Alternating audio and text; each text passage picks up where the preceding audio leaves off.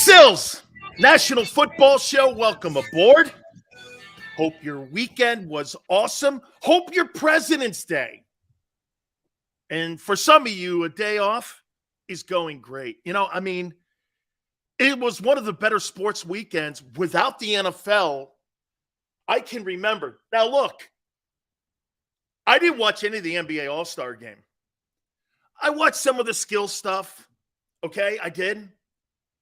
But if the NBA guys don't care about the game, why should I? If they don't care, Kobe said it 2 years ago, this game needs to be revamped. And why would I care if the NBA guys don't care? So, it's kind of like egotistical for the NBA. But then again, the NBA has been egotistical for the last couple of years. So let me get this right. And Tone, help me out if I'm wrong on this. So the NBA pulls the All-Star game out of Charlotte because they have tough laws against transgender, but move it to a city in Salt Lake City that has some of the most restricted rules on the planet for transgender people. I don't get it. Your messaging's lost. I don't get it. You pull it out of Charlotte and put it in one of the toughest cities in the country when it comes to rights to people. That's why I don't watch the NBA.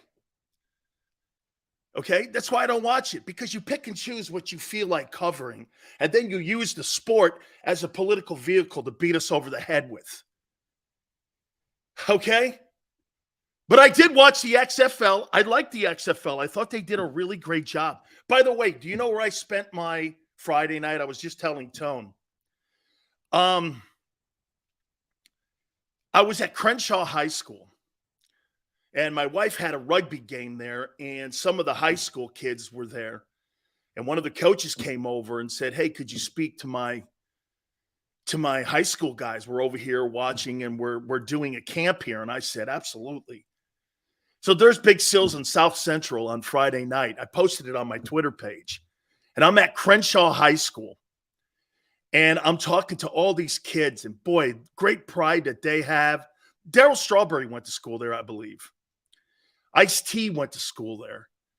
So I'm texting all these guys and telling them, "Hey, man, Big Sills is down here at Crenshaw High School." I had such a great time. What a great community. And by the way, I think Big Sills now may be doing some coaching for Crenshaw High School on Fridays and Saturday nights if they need any help. I go, "Hey, Coach Griffin, if you guys are short a man, let me know, man. I'll come up there and help you guys out." That was so cool to be part of that and to be rolling around there, Jackie Robinson Stadium, and just sitting there talking to some of the kids. That was really an honor for me to be there. I see some of you guys talking about, Crenshaw in LA. In South Central, Big Sills was there on Friday night, man. I had such a great time. Such a great time. Tone asked me about Jim Leonard. I know some of you are asking about some of the candidates for defensive coordinator. Looks like that offensive coordinator is going to go to Brian Johnson. There is a ton of news. A ton of news. By the way, I'm going to give final grades out to the 2022 Eagle roster here in a second. And we'll do it together here. By the way, I also put down a list of the top free agents that Howie could maybe target. That's starting real soon. In about 3 weeks, free agency is going to start.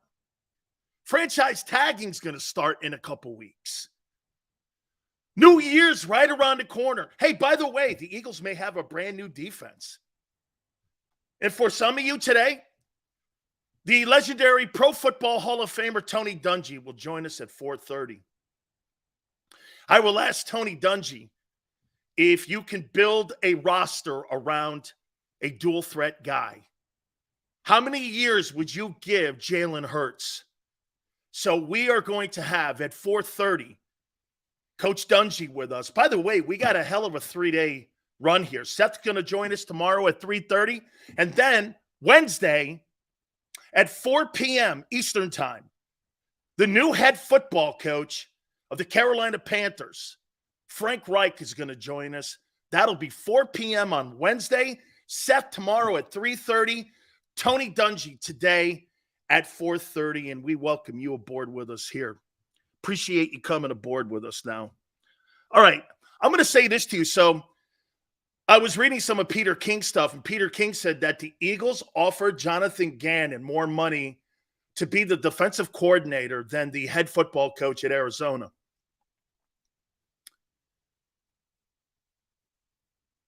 Is that true? Why would the Eagles offer Jonathan Gannon more money than what the Arizona Cardinals offered him to be a head coach?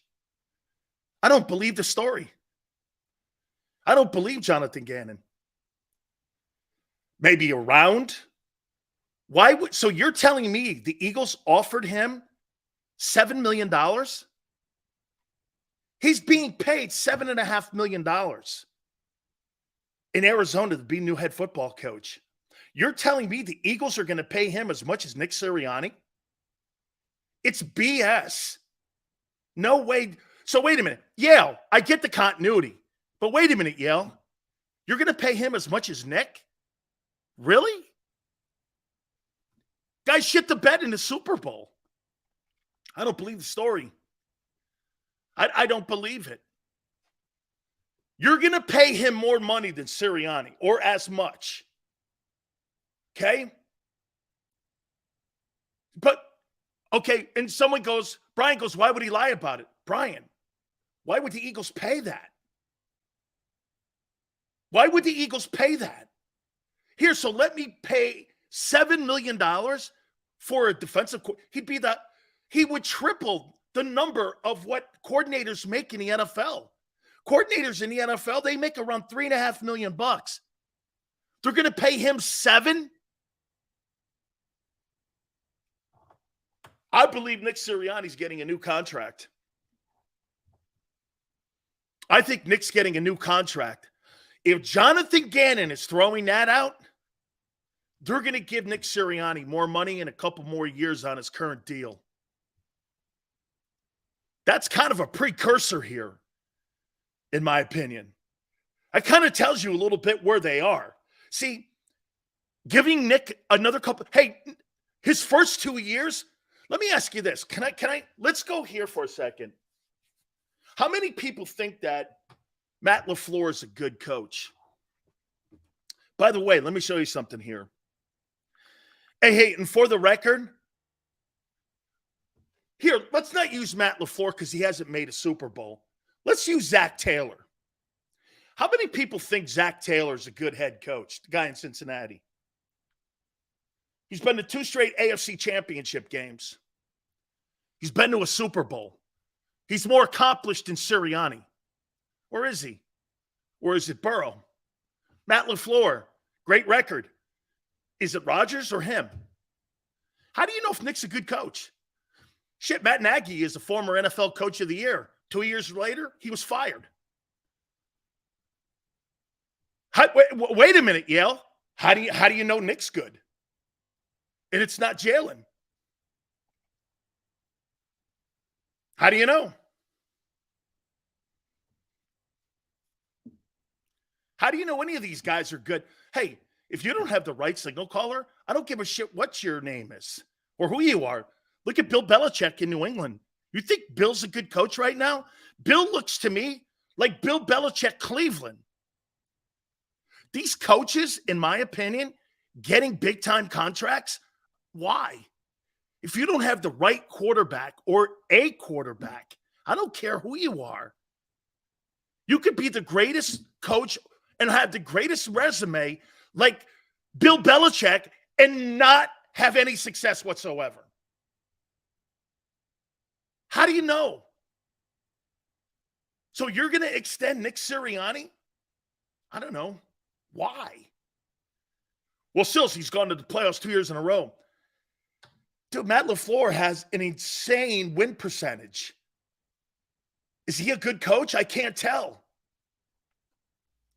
Extend Nick for what? Why would I extend a guy that has no say in the building? He has no say on assistant coaches. You think Nick Sirianni's doing the interviews for offense and defensive coordinator? Isn't Howie making it very evident to you? Why would you extend Nick Sirianni when Howie's doing all the heavy lifting? Doesn't that kind of go into the wind of wasted money? This is Howie's ball. This is his bat and ball. This ain't Nick Sirianni's bat and ball. You think he's actually going to have the final say on who the coordinators are? Come on, man. He's not going to have any say whatsoever. Well, he may have some input, but he ain't going to have any say. It's going to come down to the owner and the GM. Those two dudes are going to make the call. Nick's got some say. I'll say that to you. He's probably got some say. Okay? But why would you extend Nick Sirianni? What has he done? How he brought the guys in, how he hired the coaches, how he put the scheme together, how he put the defense together, how he drafted Jalen. What has Nick done to deserve a raise? Well, he's gone to the playoffs. Is that really him? Is that really him? Keith asks a great question. Well, who's a good coach then? The coach with the quarterbacks. How he likes him, that's not a reason for me to give a guy a contract extension. He fired Doug Peterson, my friends. Doug's a better coach. Doug went to another place. See, that's to me the sign of a really good coach. You can go to two places and win. Doug Peterson's at two different places and winning. Won a Super Bowl in Philly. Now he's down in Jacksonville and he's winning again. Andy Reid, same thing. Andy Reid was winning with Alex Smith. Not to the level he's winning now with Patrick Mahomes. Doug's a great coach. He's Nick. So you think Nick could go to Indianapolis and be the head coach and put that team in the playoffs? I don't think so. You think he can go to New Orleans? Not sure about that. So why would you extend him? Doug pushed back on Howie in 18? Yeah. Well, that's because he won a Super Bowl and he wanted some say in the building. All right, we'll continue more on this conversation. Don't forget, 4:30, Coach Tony Dungy will be with us, and we'll talk Jalen Hurts and Eagles with him.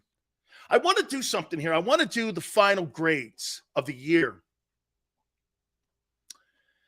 And I did this last night. I went back and watched some games, especially the Super Bowl, the playoff games, last couple games. Obviously, the ones that Jalen didn't play in, I didn't watch. And what I did was, this is the season-ending grades. And where I'm going here, you walk into your head coach at the end of the year's office, and along with the general manager. And what they do is they give you a heads up on what they thought of your season and what is expected of you this coming season. For some people in the Eagle building, that conversation's not going to happen. There's going to be people moving on, and there's also going to be people that are going to be asked to step up. Every year, you walk into your coach, when you clean out your locker, you go in and talk to your coach, then you talk to the general manager. Then your agent follows up with the coach and with the general manager. Barry goes, let me hear your thoughts on Jim Leonhard. I think he's aggressive. One of the guys that they're interviewing for defensive coordinator. Again, it's hard to get a thought on a guy and whether or not he fits until I know what's coming back. Barry, you could have Jim Johnson, but if you don't have the personnel to fit the scheme, what do we like? Watch this. Vance Joseph, you know how people keep talking about him? Why would the Eagles even entertain Vance Joseph when he failed with Hassan Reddick in Arizona? And he's been really suspect as a coordinator, in my opinion. He's a 34 guy. The Eagles have no linebackers in that building. Maybe a Tampa 2 guy could save Nakobe Dean or elevate Kobe Dean, however you want to look at it. But second glance, Vance Joseph, I have no interest in him. I don't think he's a good coordinator. I think he's a suspect coordinator. Okay? I think he's a suspect. Peter, did you have a super chat? Hey, Tone, if I missed the super chat, please put it back up there. I personally look at Vance Joseph. I don't see it.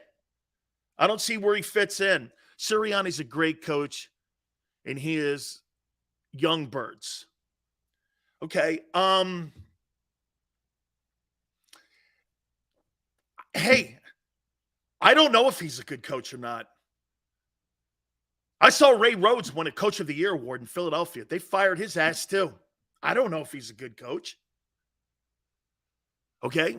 Lotus, appreciate you coming in from San Francisco, one of my favorite areas in the country. He's a great coach so far? Really? I don't know about great coach. How can you tell? All the coaches that have been hired are all Howie's guys. He had nothing to do with the coordinators that were just hired to become head coaches. He had nothing to do with them. He had say, but no final decision. All right, let's go into here. I want to do the 2022 final grades here. And organizations do this with all their players. Let's start on the defense. You tell me if you think I'm in the room with what you're saying. Okay? Brandon Graham, I gave him a B. I thought he showed leadership. I thought he showed the Eagle way. I thought they limited his snaps, but he was very productive. In my opinion, this is one of the better years that Brandon Graham has had with the Eagles. And get this, they reduced his role. I really enjoyed him this year on the Eagles. I enjoy him around the locker room. I enjoy how he communicates with everybody in the community. I'm a big fan. Okay? Lotus, thank you so much, my friend. I gave Brandon Graham a B. And I would love to have him back. By the way, I highlighted all the ones that are free agents. Obviously, he's one of them. Love it. Brandon Graham, I gave him a B. Fletcher Cox, I gave a C+ to. At 32 years of age, I thought he had a rocky first half of the season. But I thought the last 8 games of the year, and actually, would this be fair? I thought since Pittsburgh, I thought that Fletcher picked his game up and was more productive from Pittsburgh on when they got Joseph and they got Ndamukong Suh. I gave him a C+. And by the way, what we're doing here is we're giving final grades to the 2022 Philadelphia Eagle roster. I gave Fletcher a C+. And 32 years of age, do I think he goes somewhere else? He'll probably become somebody like Ndamukong Suh chasing a ring. That's okay. He'll be welcome back in the building. He will. I thought Fletcher had a really good second half. I thought he was a little bit washed up in the first half of the season. Javon Hargrave, what grade would you give him this year? And by the way, I heard the guys on Sports Take talking about him. Hey, friends, he's going to command about $16 million. He makes 12.9 now. He's going to command $16 million. So know that. He's going to command that much. What grade would you give Javon Hargrave? Let me give you my assessment of his season. William says A. Brian says A. I think he is a very average run stopper. I do think he was the Eagles' best interior lineman. His 11 sacks were spectacular. Okay? When you get 11 sacks from an interior player, it's really a fantastic job and a great year. And he did it in a free agency year. Dan, would you hire Jim Tomasula or Jared Mayo to be the DC? I want to know what the personnel is. 85. I got to know what the personnel is. Tomasula's a 34 guy. I agree with you guys. I think Javon Hargrave had a B season. And I think he was really good this year. I don't think he really had a great Super Bowl. I thought he played well in the playoffs. I watched his game. He was great in the Pittsburgh game. I think his run stopping is C+. His pass rushing. Plus, remember something about Hargrave. He's better in a 1 technique than he is in a 2 technique. And if you bring a 34 guy in, a three down D-line, 4 linebackers, that means you're going to have to go in free agency and get a ton of linebackers, and you better have 3 horses up front to play that 34. And I don't think the Eagles have the horses to play a 34. Now, I think a 34 fits Hassan Reddick better than being in the 43. But to me, I think Hargrave, I think he really did a great job in a 1 technique, and I thought he did a great job pass rushing. What about Josh Sweat? What do you think, Josh Sweat? The year he had. What grade would you give Josh Sweat this year in 2022, the season he had? I gave him a B. I think he improved his game. Now, RJ, I'll say this to you. I thought he rockied it a little bit too much for me in the beginning of the year. I thought he was going like this. He was up and down a little bit in the first half of the season. But as the season went on, I thought Josh Sweat picked his game up and proved to me he could be a 3-down lineman. Okay? I didn't really think he was a 3-down lineman. And as the year finished, I went away going like this. Maybe the most improved guy outside of Milton Williams has been Josh Sweat. I think Josh Sweat had a pretty good season this year. And I really like his future with the Eagles. I think he could develop into being somebody like the guy down in Carolina, the guy Burks. I think he could develop into something like that. I don't know if he could be as productive as that, but I think he could develop into something good. I gave him a B. What about Kaiser White? He's also a free agent. Grade would you give him? Kaiser White is a tackling machine.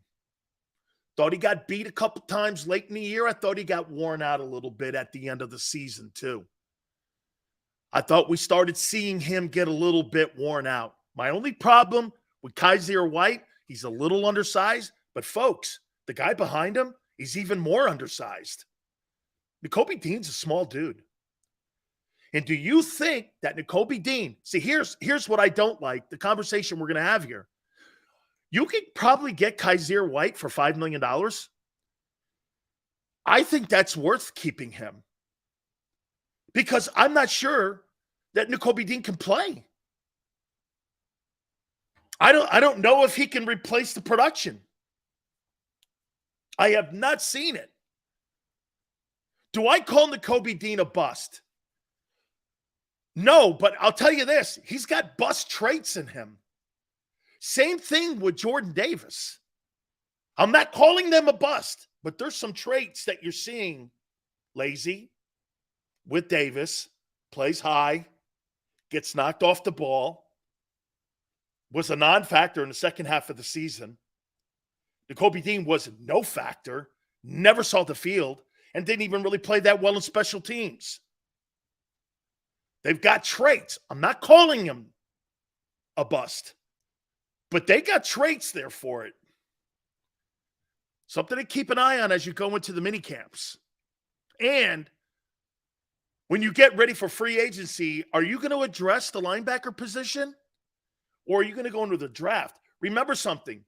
If you guys are going to pay the quarterback the money that's being thrown around, you're going to have to get awful young on defense. And by the way, the Eagle roster, if you start paying Jalen Hurts, will be one-sided. It'll be an unbalanced roster. All your money's on offense. And very little of your money's on defense, which means this. You're going to have to get young and lucky. You're going to have to be young and lucky. Look at Kansas City. Kansas City has one big player and one big price tag, and Chris Jones at $20 million. The rest of those guys are all free agents and rookies. And guys are not paying a ton of money to. Get used to that. Get used to that. You're not going to have the same roster. Even the guys today were addressing it going, wow, this team's going to look completely different. That's why I said it to you last week. The 49ers have the better roster than any team right now in the NFC. And it's not close. The Eagles are not close to the 49ers right now. Not close. Not close. They don't have decisions to make at linebacker with Fred Warner or Nick Bosa or the safety or Trent Williams or Christian McCaffrey or Deebo Samuel. See Batman go like this? It's not true. He thinks the Eagles have a better roster right now when you have 16 free agents. That's being blinded by your loyalty to your team. Javon Hargrave is not an Eagle right now. Brandon Graham's not. Fletcher Cox isn't. Kaiser White's not. Edwards isn't. Bradbury isn't. C.J. Gardner-Johnson's not. Sanders isn't. Sayamalo's not. But he thinks you have the same roster as the 49ers. It's not logical. It's not logical.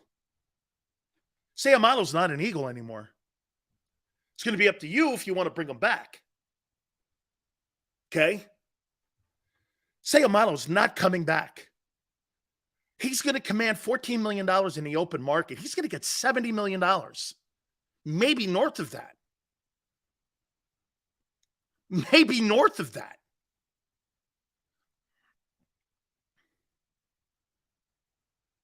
Edwards, I gave a B. By the way, I gave a C+ to Kaiser White. Okay? Look at Tyler. 49ers are trash. Depending on what you bring back on defense, I'd get ready for your trash pail too.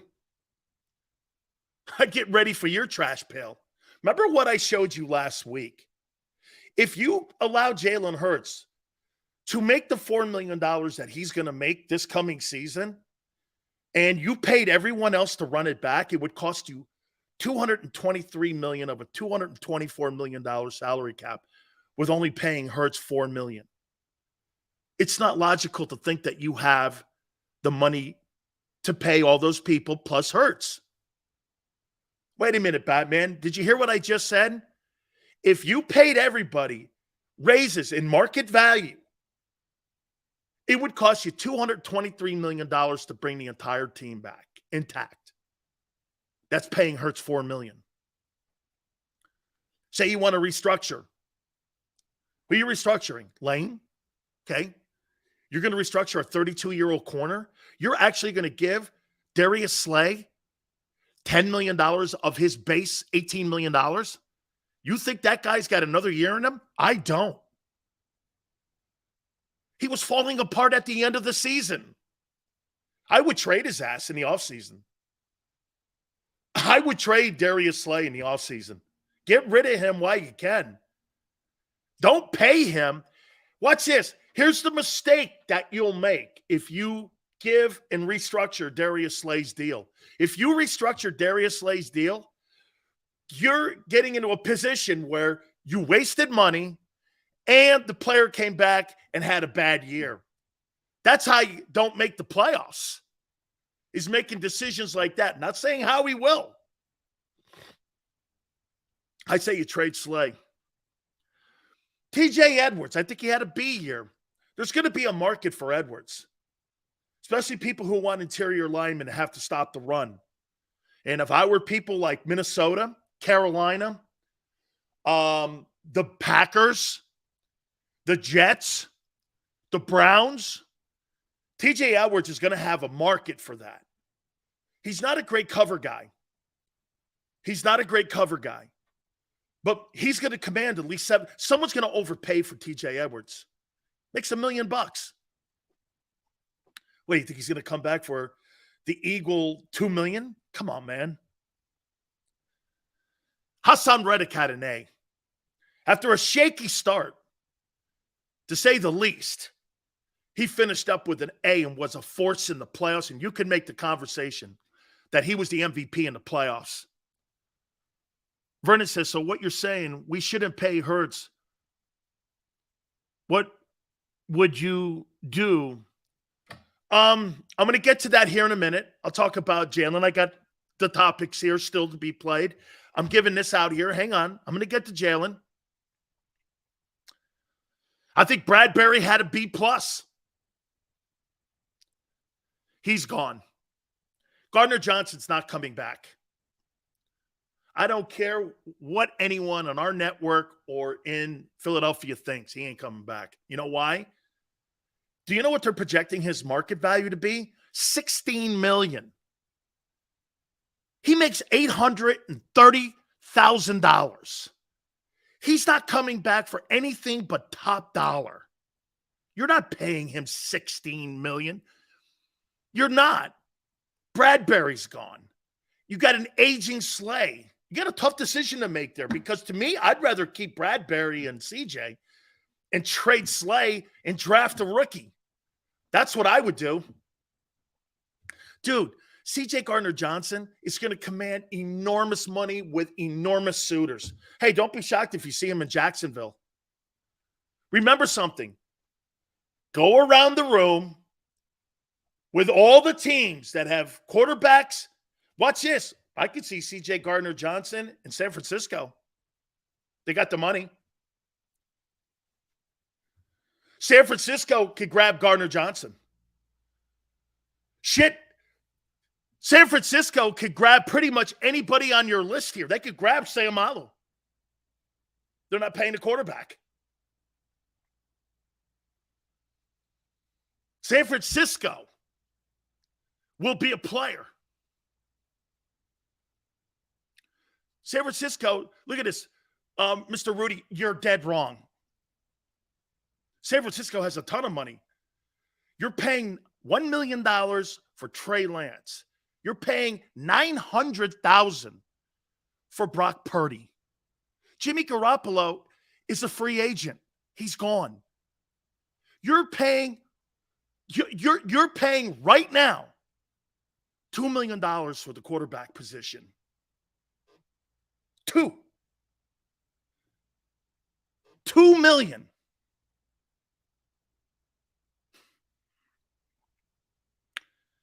Blankenship, I think he had a C year. Thought he was good. Darius Slay, I thought he had a B. He's going to command enormous money on the open market too. On the offensive side, let's start with the right tackle. Lane Johnson had the highest grade, in my opinion, of any Eagle this past season. He was A+. Outside of missing a couple games because of the injury, he was spectacular. He's the best football player on the team. Lane's an absolute beast. He is a great ball player. Sayamalu had a B. He will command $14 million. That's low, too. He's going to get $70 million. You can't do this. Watch this. Watch this. You can't go like this. I'm going to pay Malata $15 million, Lane $18 million, Jason Kelsey $10 million, $15 million to your right guard, and then turn around and go, well, I'm going to give my quarterback $50.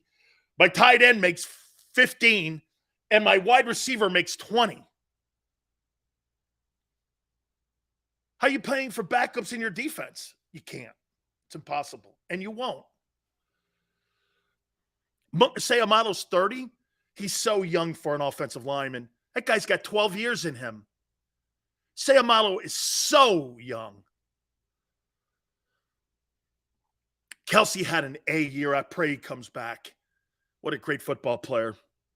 I think Landon Dickerson had a B+ year. Great year for the kid. Thought he got nicked up a little bit, but he was a force this year.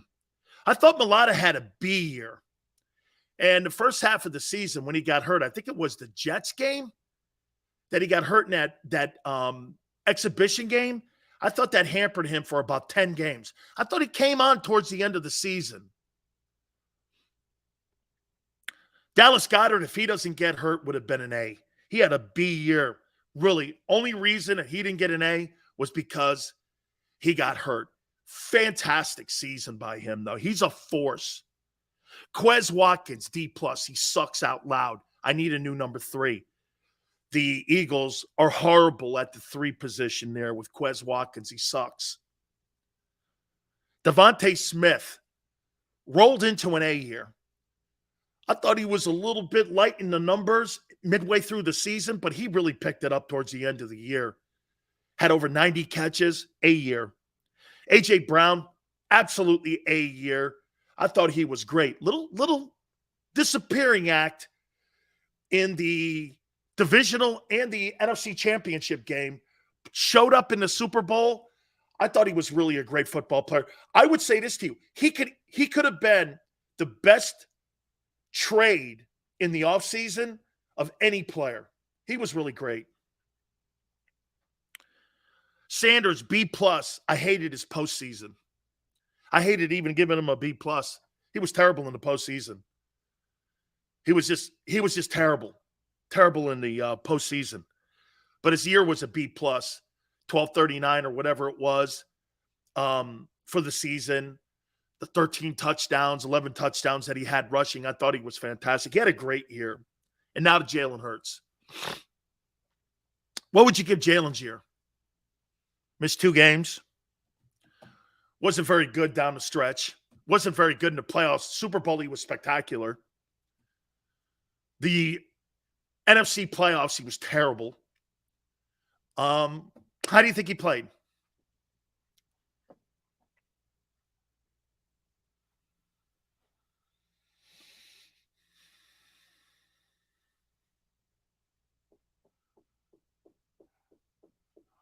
I think he was an A too. I think Hurts had an A season. And that's going to lead us into our topic here. I think he had an A year. I think one of the most important things that you could do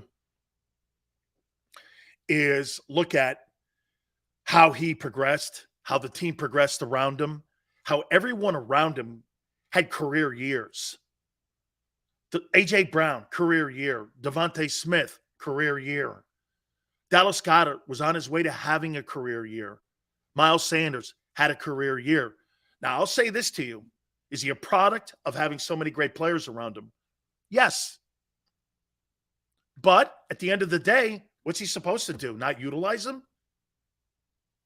Because I'll say this to you. Joe Burrow is by far more accomplished in his 2 years starting.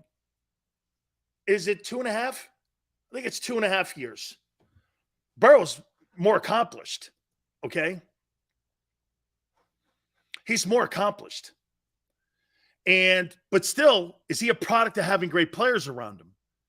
Tone says, Jalen gets an A for me. MVP runner-up, All-Pro, NFC chip in his pocket, Super Bowl berth. A lot of distance traveled, absolutely. Absolutely, all that is A, absolutely. Remember something, Burrow's been to 2 conference championship games in the last 2 years. Been to a Super Bowl himself. Okay, so Jalen has not that accomplished yet. And they both came out in the same draft. So we got to go there with that. Now, one's the first pick overall and the other's a second rounder. Like Tone just said, Jalen's he's had a longer road to have to travel to get to where he is compared to Burrow. Burrow, you're getting that job. Then again, too, the Eagles handed that job to him. He never earned it. They handed it to him, but it was the right decision. Burrow didn't earn that job. They handed it to him. So you fulfill what they're thinking you to become, and you become it. It was the right choice. I'm not saying it wasn't by the Eagles. Okay? I'm not saying it. Was Joe Montana a product of Notre Dame? So wait a minute. Richie, Montana won a Super Bowl without Jerry Rice. What are you talking about? And name me one guy on that offense at Notre Dame that won the national championship with Joe. Name me one. Haven Moses? Who? You can't name one guy. Pete Demerel? Off that Notre Dame offense. Vegas Ferguson? Montana won that first Super Bowl with Freddie Solomon as his wide receiver and Bert Cooper and Wendell Tyler. Joe's a different breed. I wouldn't go there. Okay? There was no Roger Craig or Jerry Rice in the backfield with Montana. Montana made those guys. It was Joe the whole way. Okay? It was Joe the whole way. Now you ask yourself this most important question. Is Jalen a $50 million a year guy? I say absolutely not. Some of you are going to go, well, that's the market. Well, then the market is what tears teams apart. All the quarterbacks, when they sign these deals, 90% of them, I looked it up, 90% of them end up taking your roster apart. You either deal them or the quarterback doesn't pan out. But you're gambling that he is as good as Patrick Mahomes. Hey, I'll say this to you. We're going to find out a little bit about Joe Burrow, too. When you pay Joe Burrow $50, $60 million, we're going to find out when T. Higgins or Jamarcus Chase is no longer on that team. You know, they're talking about cutting Joe Mixon. He's the first to go, you know. Joe Mixon just signed a brand new contract a year ago. They're going to cut him in the offseason. You know why? They got to make room for Burrow. Just like with your story. Do you believe, how many people, and Tone, you chime in on this, how many people believe that Jalen Hurts could take that Chiefs team to the Super Bowl with no receivers and a tight end and no running back and a suspect O-line? I don't.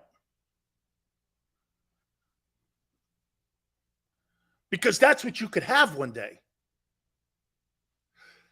I'm going to make a point to you here.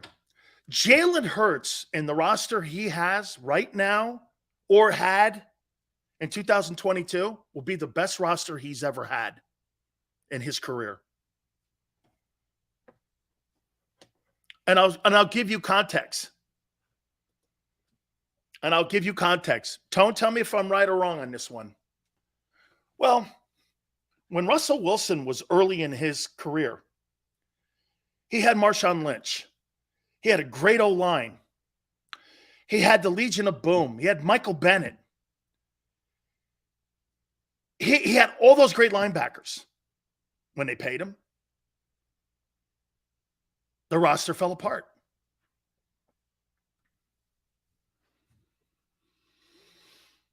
It was never the same. Jalen Hurts will never have the same roster that he has now or what he had last year. You'll never have that collection of guys. The league does not allow that. It's nothing to do with Jalen, and it's nothing to do with the Eagles. It's the league. This is how the league operates. Okay? That's why when you find a guy like Mahomes, where you so Jalen loses A.J. Brown and Miles Sanders and Devontae, because Devontae's better than Juju Smith-Schuster. You would have a bunch of Zach Pascals and Quez Watkins and Travis Kelce. That's who Jalen would have, and half the O-line. Can he win a Super Bowl like that and carry a team? I don't think he can. I don't think dual threat quarterbacks can do that. You know why? Guy in Baltimore can't. And whatever you think of the guy in Baltimore, you may think Jalen's better. He ain't that much better. If you do think he's better, he can't do it. Jalen's better than Lamar Jackson. Lamar Jackson's pretty accomplished for a player. MVP, unanimous. Only Manning and him. Took a team to a 14-2 record. Has actually beaten Mahomes. Okay?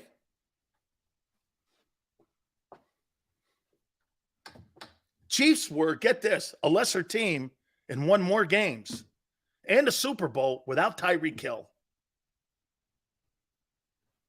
Without Honey Badger. They had to get rid of those two guys. Honey Badger was commanding $20 million. They said no. The guy in Miami wanted $25 million. They said no. They were the lesser of the last 3 years and won a Super Bowl still. And beat a better roster. You know why? Because the quarterback's better than you. And that's not there's no shame in that. There's no shame in that. Mahomes does that to everybody. This guy is putting a Hall of Fame resume together. There's no shame in that. I mean, like, he could be the modern day Brady. It's a pretty big statement, but he's putting a resume together where people are going, wow, man, this guy, he's 25 years old. He's 27 years old, and he's done all this already. Dude, he's almost put a Hall of Fame resume together already. Chiefs have a great roster. Really, take Chris Jones off. See the truth? He's lying. They have a linebacker, Chris Jones, 2 rookies at corner, 1 rookie safety, a free agent linebacker. They got 1 guy on defense. I don't know about you. Tone, correct me if I'm wrong. Didn't both Eagle receivers have over 100 yards in the game against those rookie corners? Wouldn't like they killed them.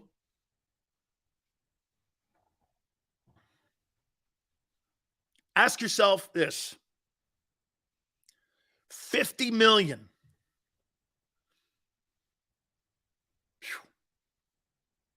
If Joe Burrow, is Joe Burrow $50 million? Yeah. Because he's a better quarterback. My problem with here's my problem with Joe Burrow. Seals, are you going to give Joe Burrow $50 million? Boy, I'll tell you what, I'm going to give him $50 million, but he's had some injuries, and it bugs me, and it worries me. Long-term contract for a guy who's had surgery and, been banged up. Organization hasn't been able to protect him. Am I going to use that against him? You're damn right I'm going to. Dude, you've been very good the last 2 years. You've been great. 2 AFC championship games, an AFC title, a Super Bowl, all of that. Everything we thought you were, you are. But you have been hurt. Jalen Hurts is not on Joe Burrow's level as a passing quarterback at all. Not close. Anything near it. Never will be. It's not who he is. He's in the conversation of Lamar Jackson. Marshall. That's what made the Patriots consistent. Brady wasn't breaking the bank, so you have a point, bro. Marshall. But remember something here, okay? And it's true. You're right, Marshall. Brady was never the highest paid player in the history of his career in New England. He started making all of his huge money when he was with the Buccaneers. He was always like a lower, and by the way, he restructured his contract, Marshall, to a point where this year his base salary was $25 million. They front-ended the contract. Okay? And right here, smoke goes, his growth is a factor. Well, how are you going to grow when you're taking players away from him? How is he going to continue to grow? That's the special key in Kansas City with, and by the way, he's also got another factor in Kansas City, Mahomes. Andy Reid. Your play callers in Philly are not the best. RPO is not an offense. You know why it doesn't matter if Brian Johnson or whomever is the coordinator? Because it's going to be up to Jalen. RPO is decision-making by the quarterback. It's not a play call. There hasn't been – you know why they took the play calling duties away from Nick? They didn't need him. The reason Nick Sirianni's not a play caller is because RPO's not play calling. It's Jalen's decision-making that makes that offense work. Not how is this? Think about it for a second here. So when he comes out, right, Tone? He snaps the ball, and he's reading the safety or the linebacker or the end. What do you think, like Steichen's in his ear on whether to pull it or throw it or block and release on the tide? You think that has been called in the huddle? That's not RPO. RPO gives the decision to the quarterback to make that split decision on the play. The success of the play has nothing to do with the sideline. Now, the structure and the framework of the offense having to have trust in Jalen. Jalen has built up equity on the sideline. Why? Because he's winning. That's why they can trust him like that. That's why the owner goes, he's really proven pretty much everything. This is Howie's dream. Can I tell you why this is Howie's dream? Jalen Hurts, doesn't matter who's on the sideline, especially offensively. It doesn't matter. Look at this stupid-ass comment by The Truth. Yeah, in like 7 years, almost consecutively, Steve Young led the NFL in completion percentage.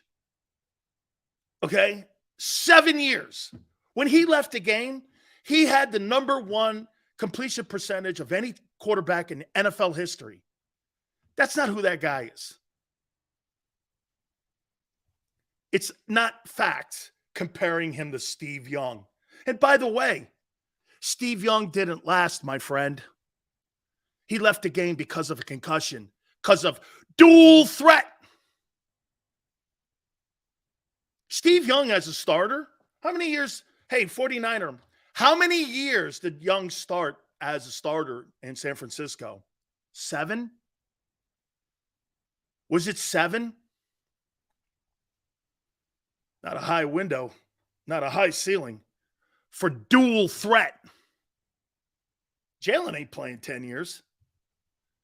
You should put that into your conversation here when you're talking $50 million. He's going to miss games. He has already. Is he a $50 million guy with lesser talent? That's the fundamental question you ask yourself. And paying a guy just to pay him, congratulations, you're the Cowboys. You're the Cowboys. Well, you got to pay Dak. Remember all the media people? Pay Dak, pay Dak. Well, they did. Now look at the Cowboys.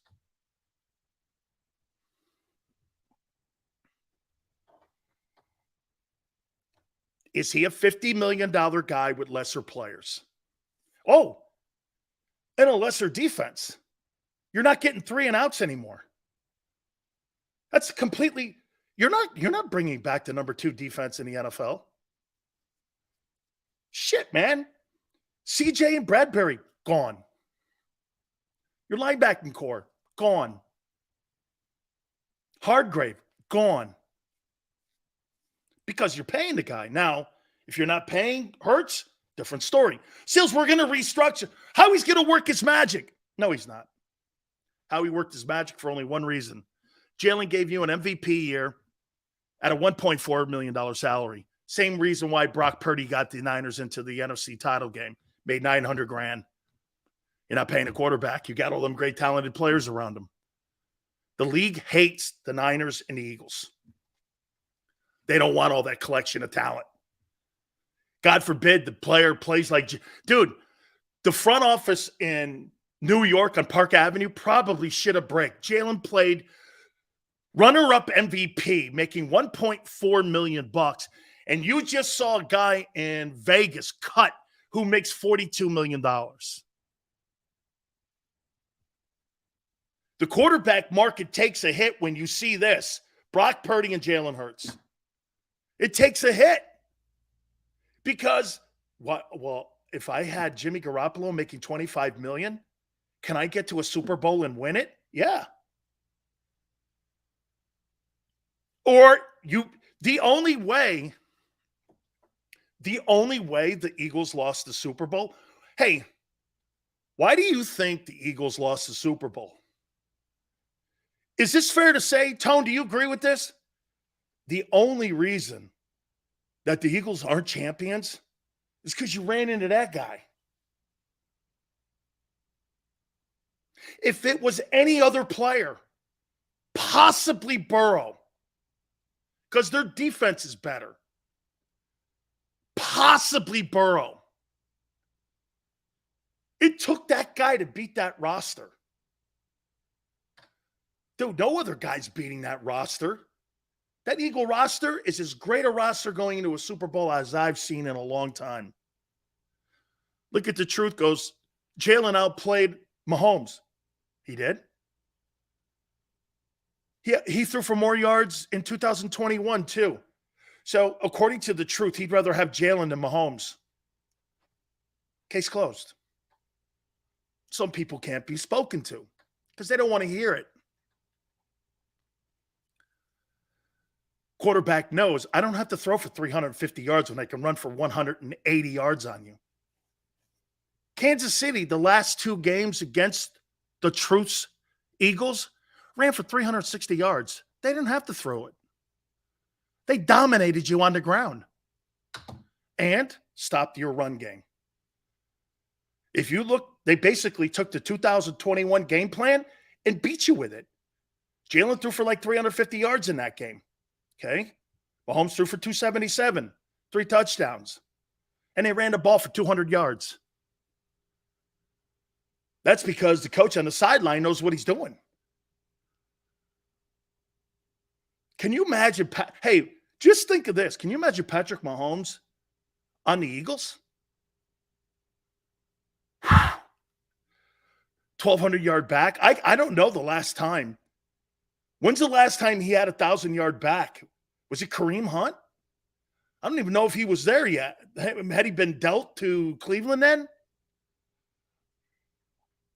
Could you imagine Mahomes on the Eagles with those wideouts to tight end, the running game, the O-line? Could you imagine Joe Burrow in Philly? Oh, my God. Joe Burrow in Philly with that O-line? You couldn't touch him? Lane hasn't given up a sack? Holy cow. Now, again, I'll ask you the crazy question. Is Jalen Hurts a quarterback that can lead your team to a Super Bowl win with lesser talent than what you've had this year? Yes or no? I say no. Can he win a Super Bowl with a lesser team? Marshall says, I think it all comes down if Hurts wants to be paid and have a great career. It's the ultimate decision, winning career or highest paid quarterback. Marshall, I think he wants to win. I think he's going to be, I'm not going to say team friendly, but I think he's going to be open-minded, if that means anything. I don't believe Jalen Hurts can lead that same team. Yes. He has a lesser team, a completely new defense. I don't. I do not. I do not believe that Jalen Hurts can lead a lesser Eagle team to a Super Bowl win. I do not. And I say this because you want to pay him 50, and that's the question. Pay him market price, rip your team in half, be a lesser team like Russell Wilson had, win games, but never the game. And there you have it. Remember something. The year Russell Wilson won the Super Bowl, he was on his rookie contract. It was never the same after that. And he went to the Super Bowl on still his rookie contract the next year. Once he got paid, all bets were off. I don't think CJ's leaving. Chris thinks that what's his name's going to pay Gardner Johnson $17 million while he's paying Slay $18. Interesting.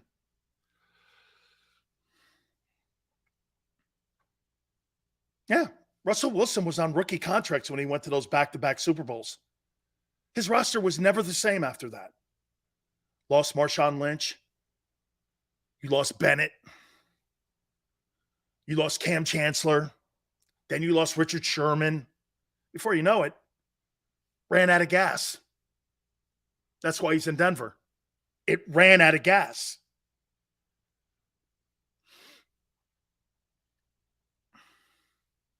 Look, I'm asking you. Hey, watch this. Do I think They're going to pay it. I do. But you're going to have a lot of here, this is what the Eagle defense is going to look like. Here's my prediction. A lot of free agents and a lot of rookies will be on that defense next year, especially if you pay the kid. If you pay Hurts, free agents and rookies will be on that defense, and it will go from 2 to 15, maybe down lower. You're not going to have the same corners. Your safety position is going to be changed. Your linebackers, and you got to count on Nakobe Dean and Jordan Davis. Okay. All this is going to catch up here. Eventually, it was going to catch up. Too many guys were making no money. You understand that? Too many guys were making no money. Gardner Johnson making no money. Bradbury, undervalue. Kaiser White, TJ, all these guys under market value. All had great years. Okay? Wrong on Hurts the whole year. I said he'd get hurt, and he wouldn't throw for $4,000. All that planned out. And I said he'd get to the Super Bowl. Right all year.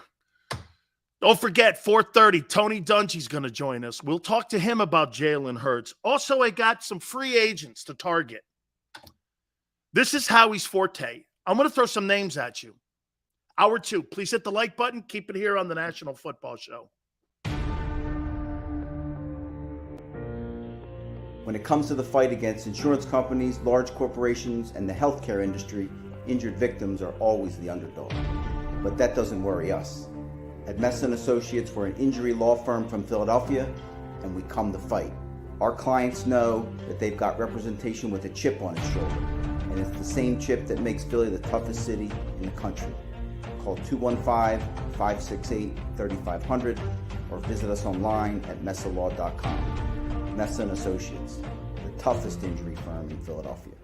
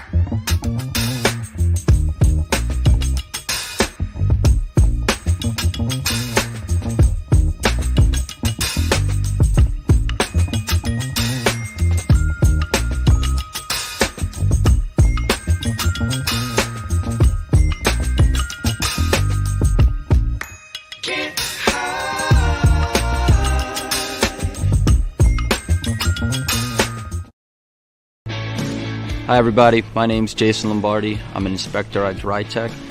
At DryTech we offer 3 major services, the first one being basement waterproofing, the second service we offer is foundation and structural repairs, and then the third service that we offer is mold remediation.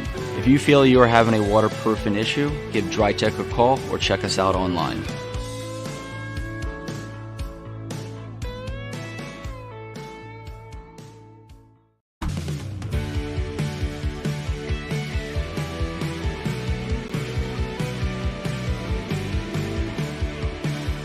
My name is Fran Salerno. I'm a managing director here at Del Valle Insurance Group. Been in the business for over 36 years, saving people money on their insurance needs. Give us a call. Let us help you custom design an insurance plan that meets both your needs and budget. Did you know taxes could be your biggest expense during retirement? Are most of your assets in tax-deferred accounts like IRAs and 401ks? Taxes are historically low today, but we're facing significant headwinds in the future. Do you have a plan? The Thrive Financial team has more than 100 years of experience helping people across the Delaware Valley with forward-looking tax planning. Learn how to shift your money from forever tax to no or low tax accounts. Get your Thrive Retirement Tax Playbook today. Go for the beers Go for the cheers. Go for the hit and the hits. Go for the scene. Go for the screens. Go for the gallery. Go for the win. Go to Ocean.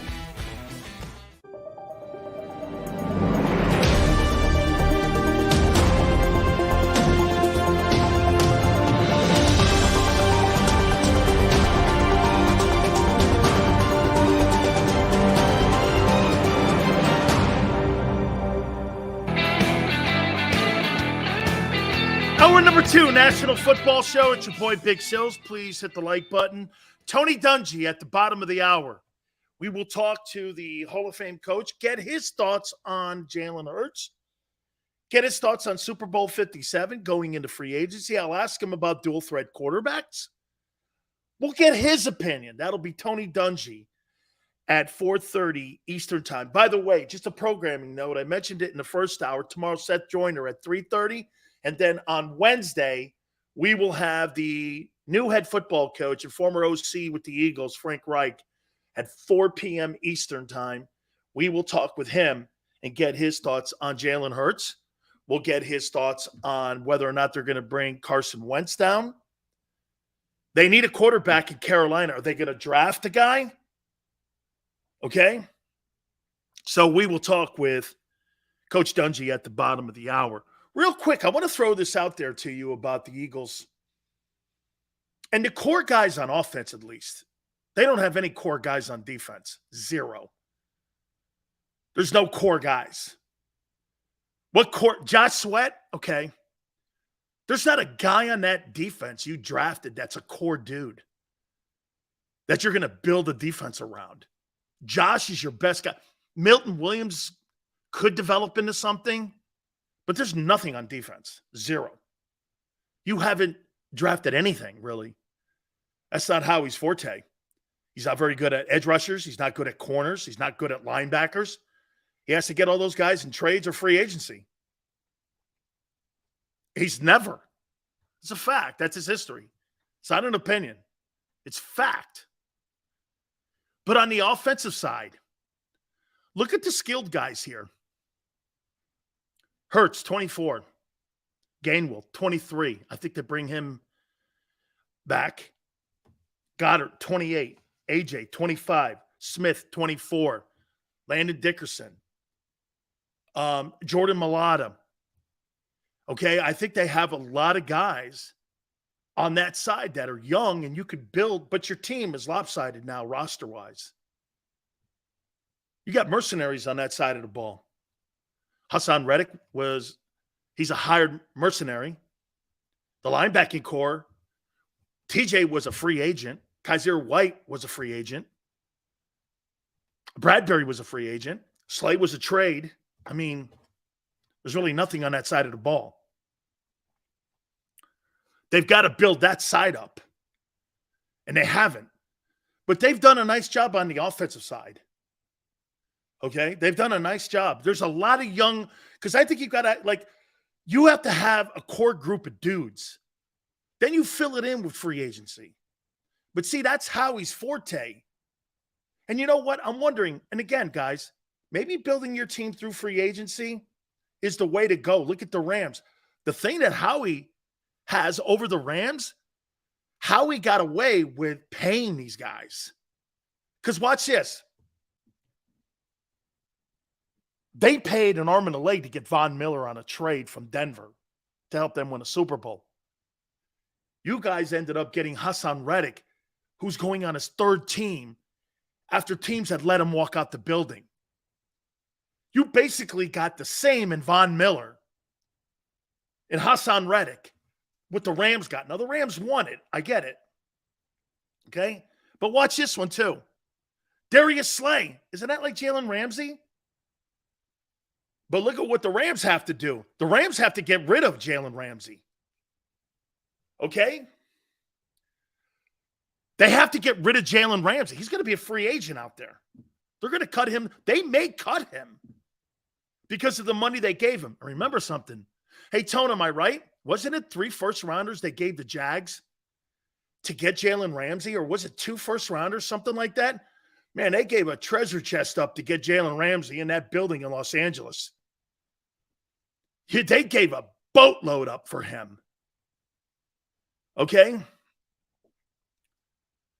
Dan, what do you think of Leonard from Wisconsin? I don't really know what the D coordinator is going to have as an impact on your team until I see what team you have. You don't have a defense right now. Howie's got to look, I think they're going to get the coaching staff in order and Howie's going to have a vision of what he wants to see. But a guy like Leonard, how do you know? How do you know if he's even going to fit? The Jags shipped Ramsey West in exchange for a first-round pick in each of the 2020 and 21 NFL drafts, as well as a fourth-round pick in the 21 draft. Man, that's a lot for a corner. It was worth it. It delivered a Super Bowl. Now, and Marina, that's why they're going to maybe have to cut Ramsey. By the way, do you understand? March 12th, I think. March 12th. Hey, I will say this before we move on because I got a list here. I want to put this out there because I called the NFL Players Association. Hey, guys, do you think it's going to be a complete disaster if Bradbury leaves? I want to make sure. You guys think it's going to be a complete disaster if Bradbury leaves?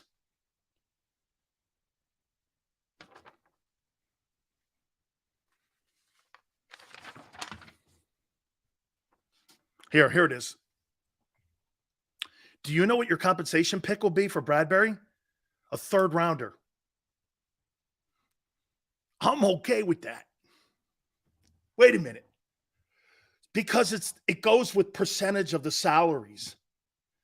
You're going to get a compensation pick for CJ also. If CJ's at the higher end of a team, get this, of a team giving him high-end money, okay? Okay, if you lose Bradbury, you're going to get a third. You may get another third. For CJ, you could have 2 3s. Okay? TJ's probably going to get you a 5th, 6th. White, less 7th.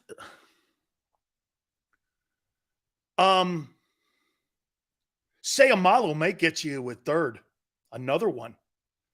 Especially if he gets $75 million. CJ's not staying. You're not paying him $17 million. And he ain't taking a haircut.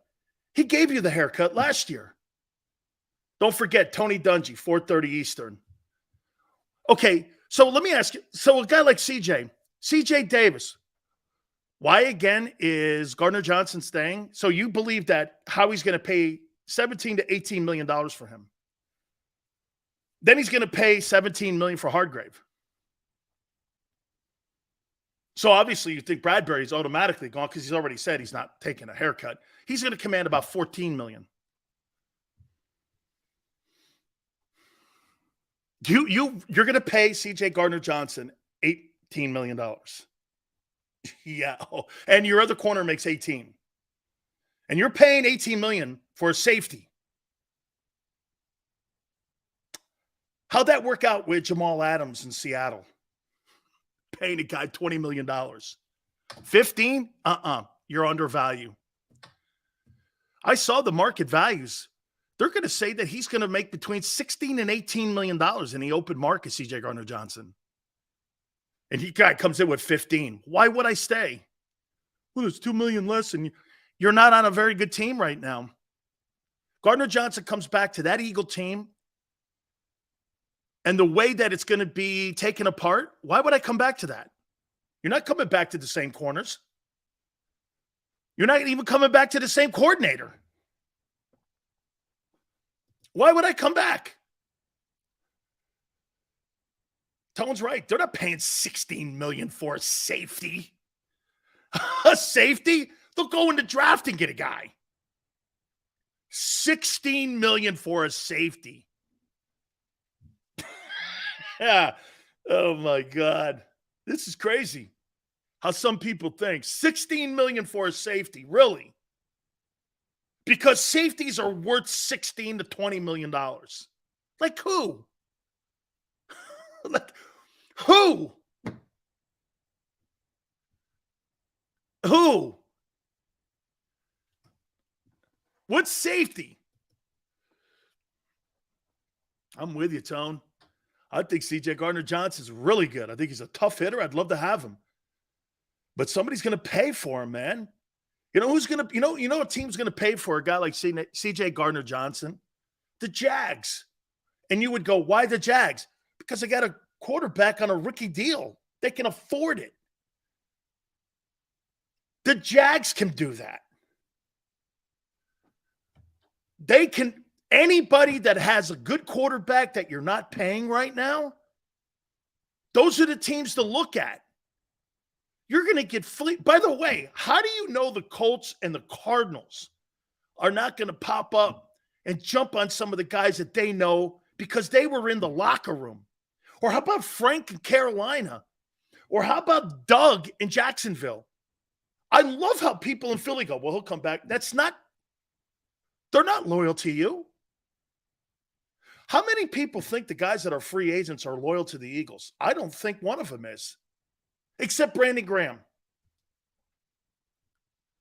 I think Brandon Graham. The rest of them?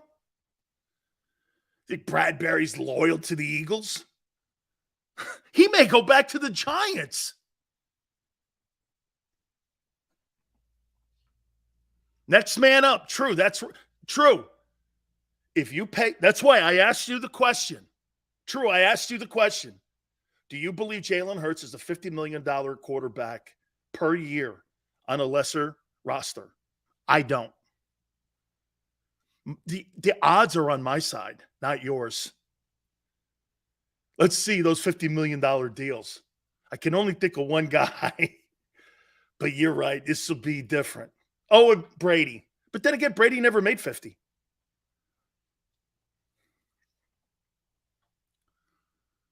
The odds are on my side. He's not going to do it. Even if he went down the same career path of Russell Wilson. Wilson had a lesser roster. Never got back to a Super Bowl ever again off his rookie deal. Never got back. Never.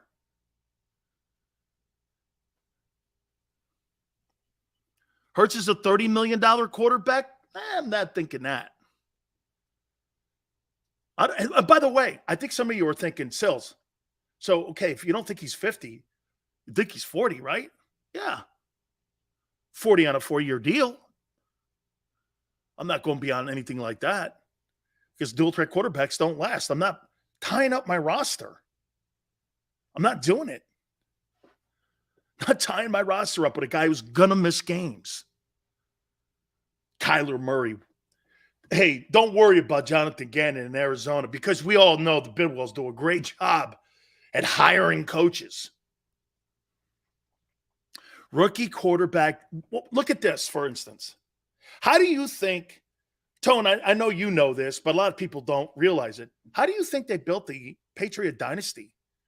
How do you think they built that great team in Seattle? On quarterbacks who were drafted in latter rounds, like Jalen Hurts, making no money. How many times have you seen a guy drafted super high and these guys put a dynasty together? Peyton Manning had a lesser postseason career in Indianapolis than Ben Roethlisberger did. He didn't do it. And by the way, Eli Manning, take a look at Eli Manning's last 10 years of his career. Take a look at that last 10 years. How many times did they make the playoffs? 2?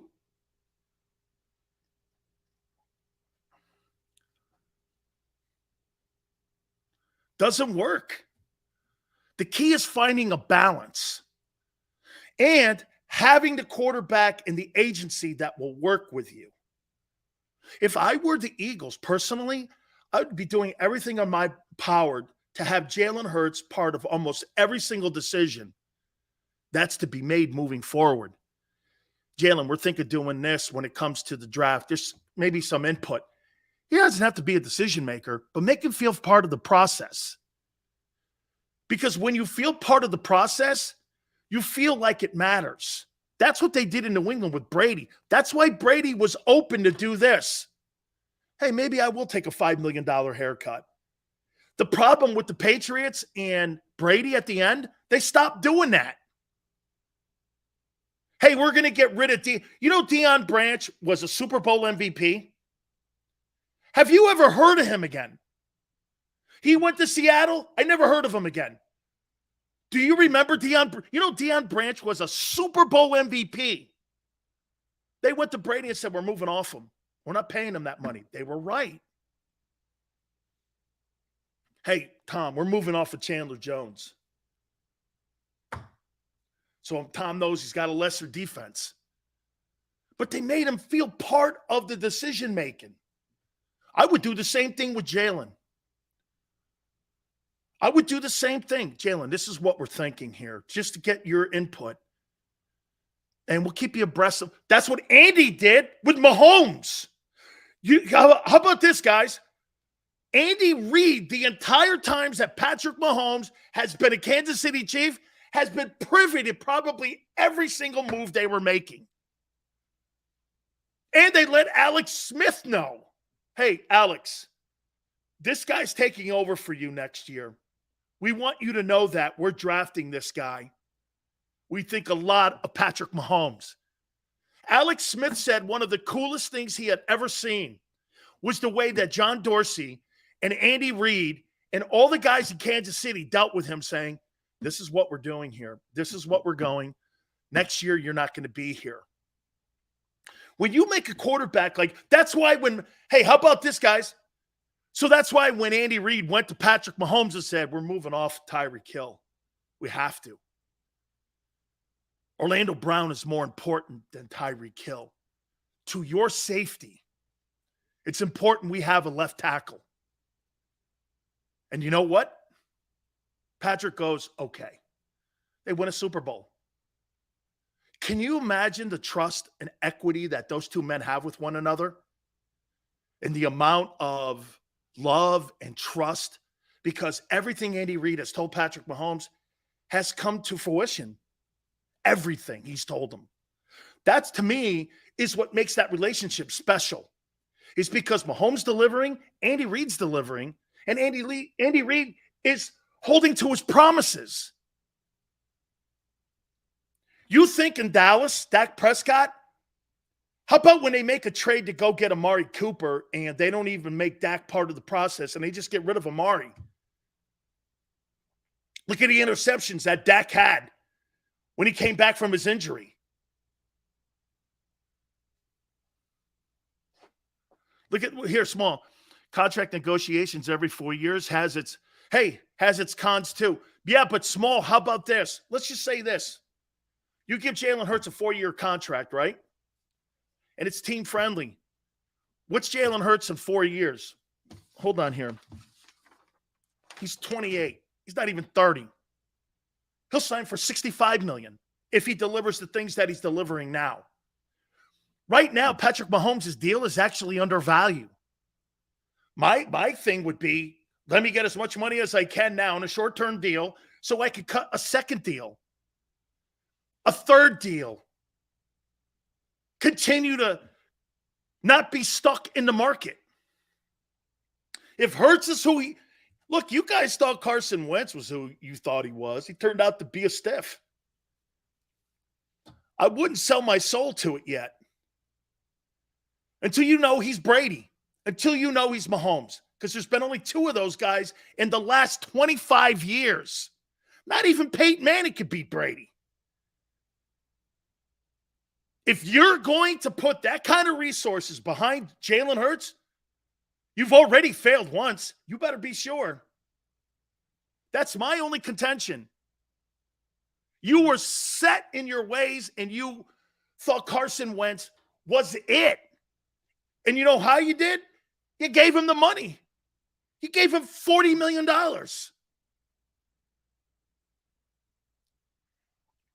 40.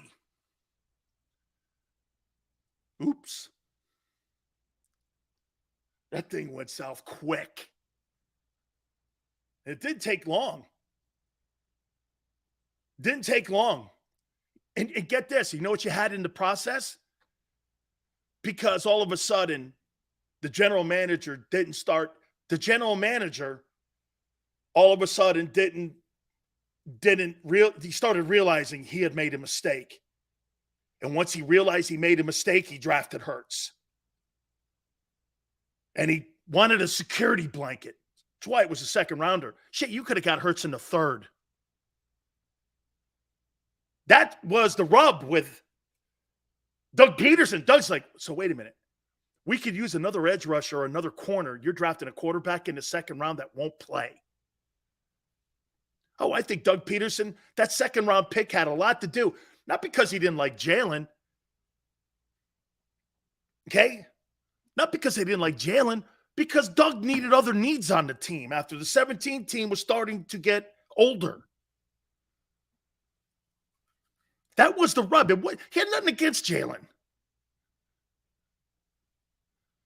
It was Howie. Howie all of a sudden started going, I don't know, man. Maybe this guy Wentz ain't it. This is after you gave him the big contract. And you drafted him from nobody university. Who in their right mind drafts anything at a quarterback position at North Dakota State? Who in their right mind would do that? North Dakota State. How those two quarterbacks look so far? Trey Lance looks like a bum. North Dakota. Why that is so insane? Because today, with all the recruiting, guys like Trey Lance and Carson Wentz can't hide any longer. If those guys were so good, they'd be on big-time programs. Because you know what's happened? A guy like Josh Allen who had to go to Wyoming, people are now doing their due diligence more now.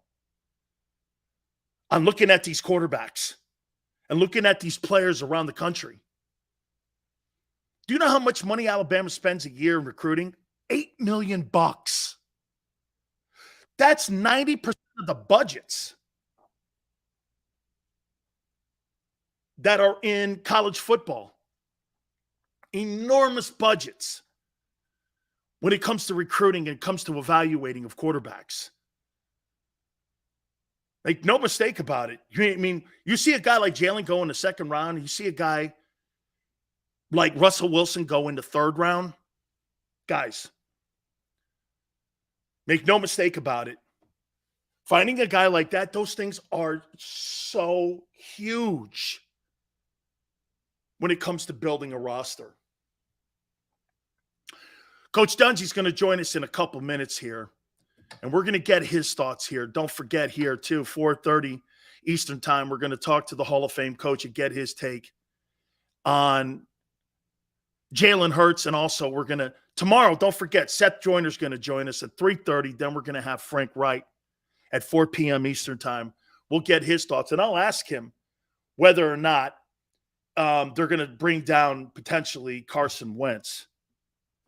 We're going to look at also some of the free agents here in a second, too, that I've written down. Howie has done a remarkable job.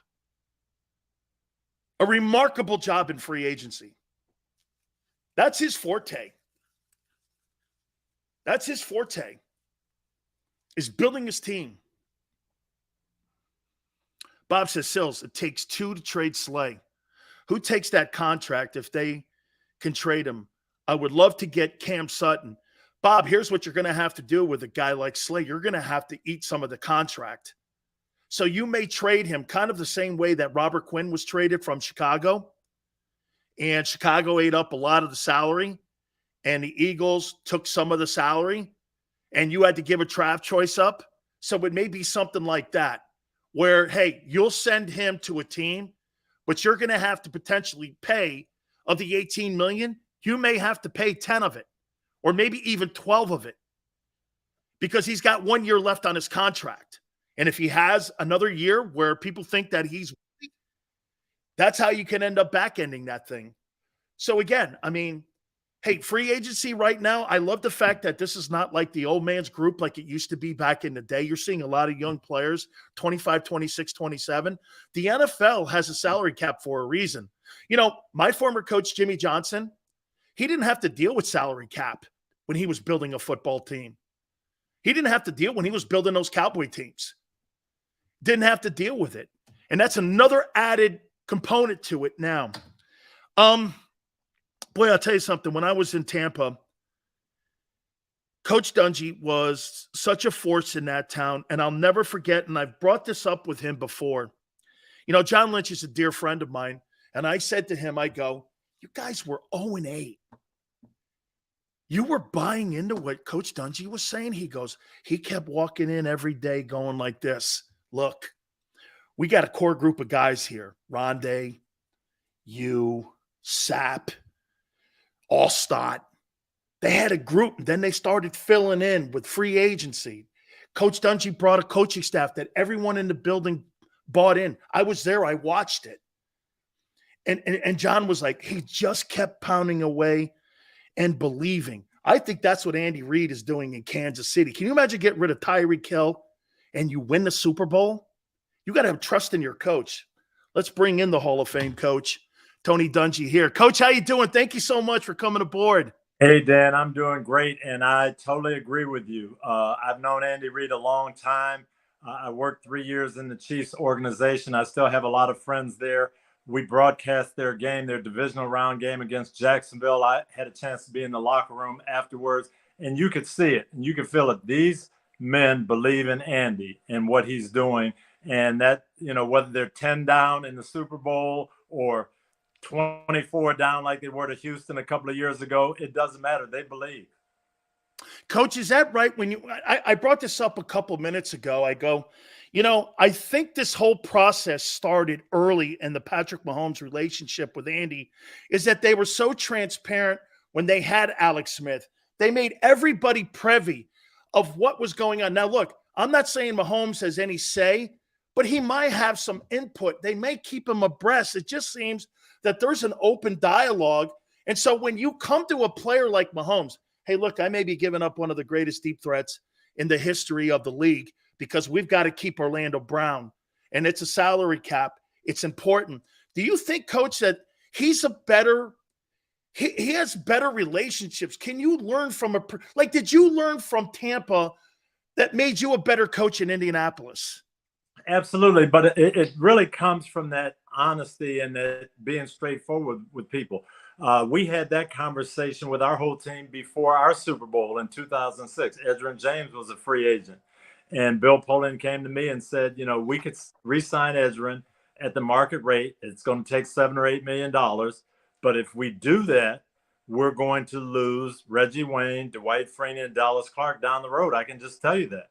So I had to go to our team and say, hey, look, Edgerrin is a huge part of this. And coming back after knee surgery and all the things he's done for this organization.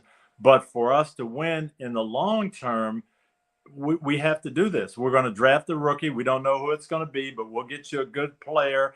And unfortunately, the whole picture, we've got to do that. And I'm sure Andy went to those guys and said, you know what, we could re-sign Tyreek and it would be worth it. But how long are we going to be able to stay competitive? So you know what? Have confidence in our personnel department and our drafting room and everything, and we're going to find you some good players. So they end up making the trade, getting those high picks. Okay, we'll draft Sky Moore. We'll go out and trade for Kadarius Toney, and we're going to draft some defensive players. And you know what? We're going to be okay, and the players believe that. Coach, Super Bowl 57, I'd love to get your take. We're based in Philly. And I said, look, it was a great roster playing against a great coach and a great quarterback. And it took, I think, that quarterback to beat that roster. Just your takeaways from Super Bowl 57.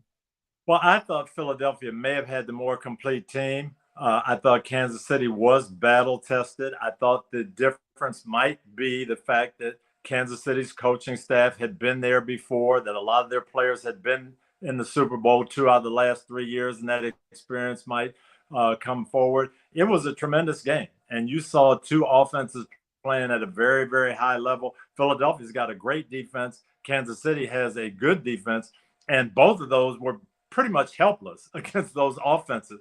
And it was a play here, a play there, the fumble by Hurts. A play like that turned things around, but there was two tremendous offensive performances. Coach, tell me I'm wrong here, and I threw this out, and you tell me if you think you can win. And I know the NFL is going into a transition now with these dual threat guys. Coach, it's not that I'm against paying Hurts $45 million or $50 million a year.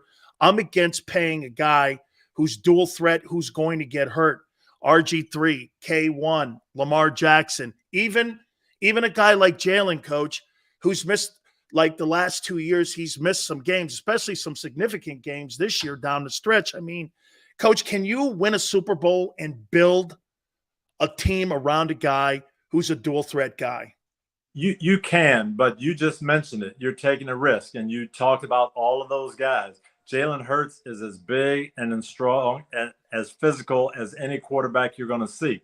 But if you put your body in that type of risk that often, things are going to happen. And we have seen it happen to Lamar Jackson. We saw it happen to Jalen this year.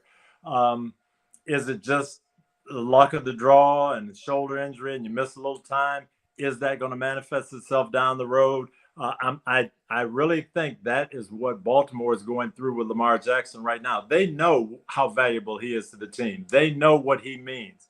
Can we afford to shell out that guaranteed money and put our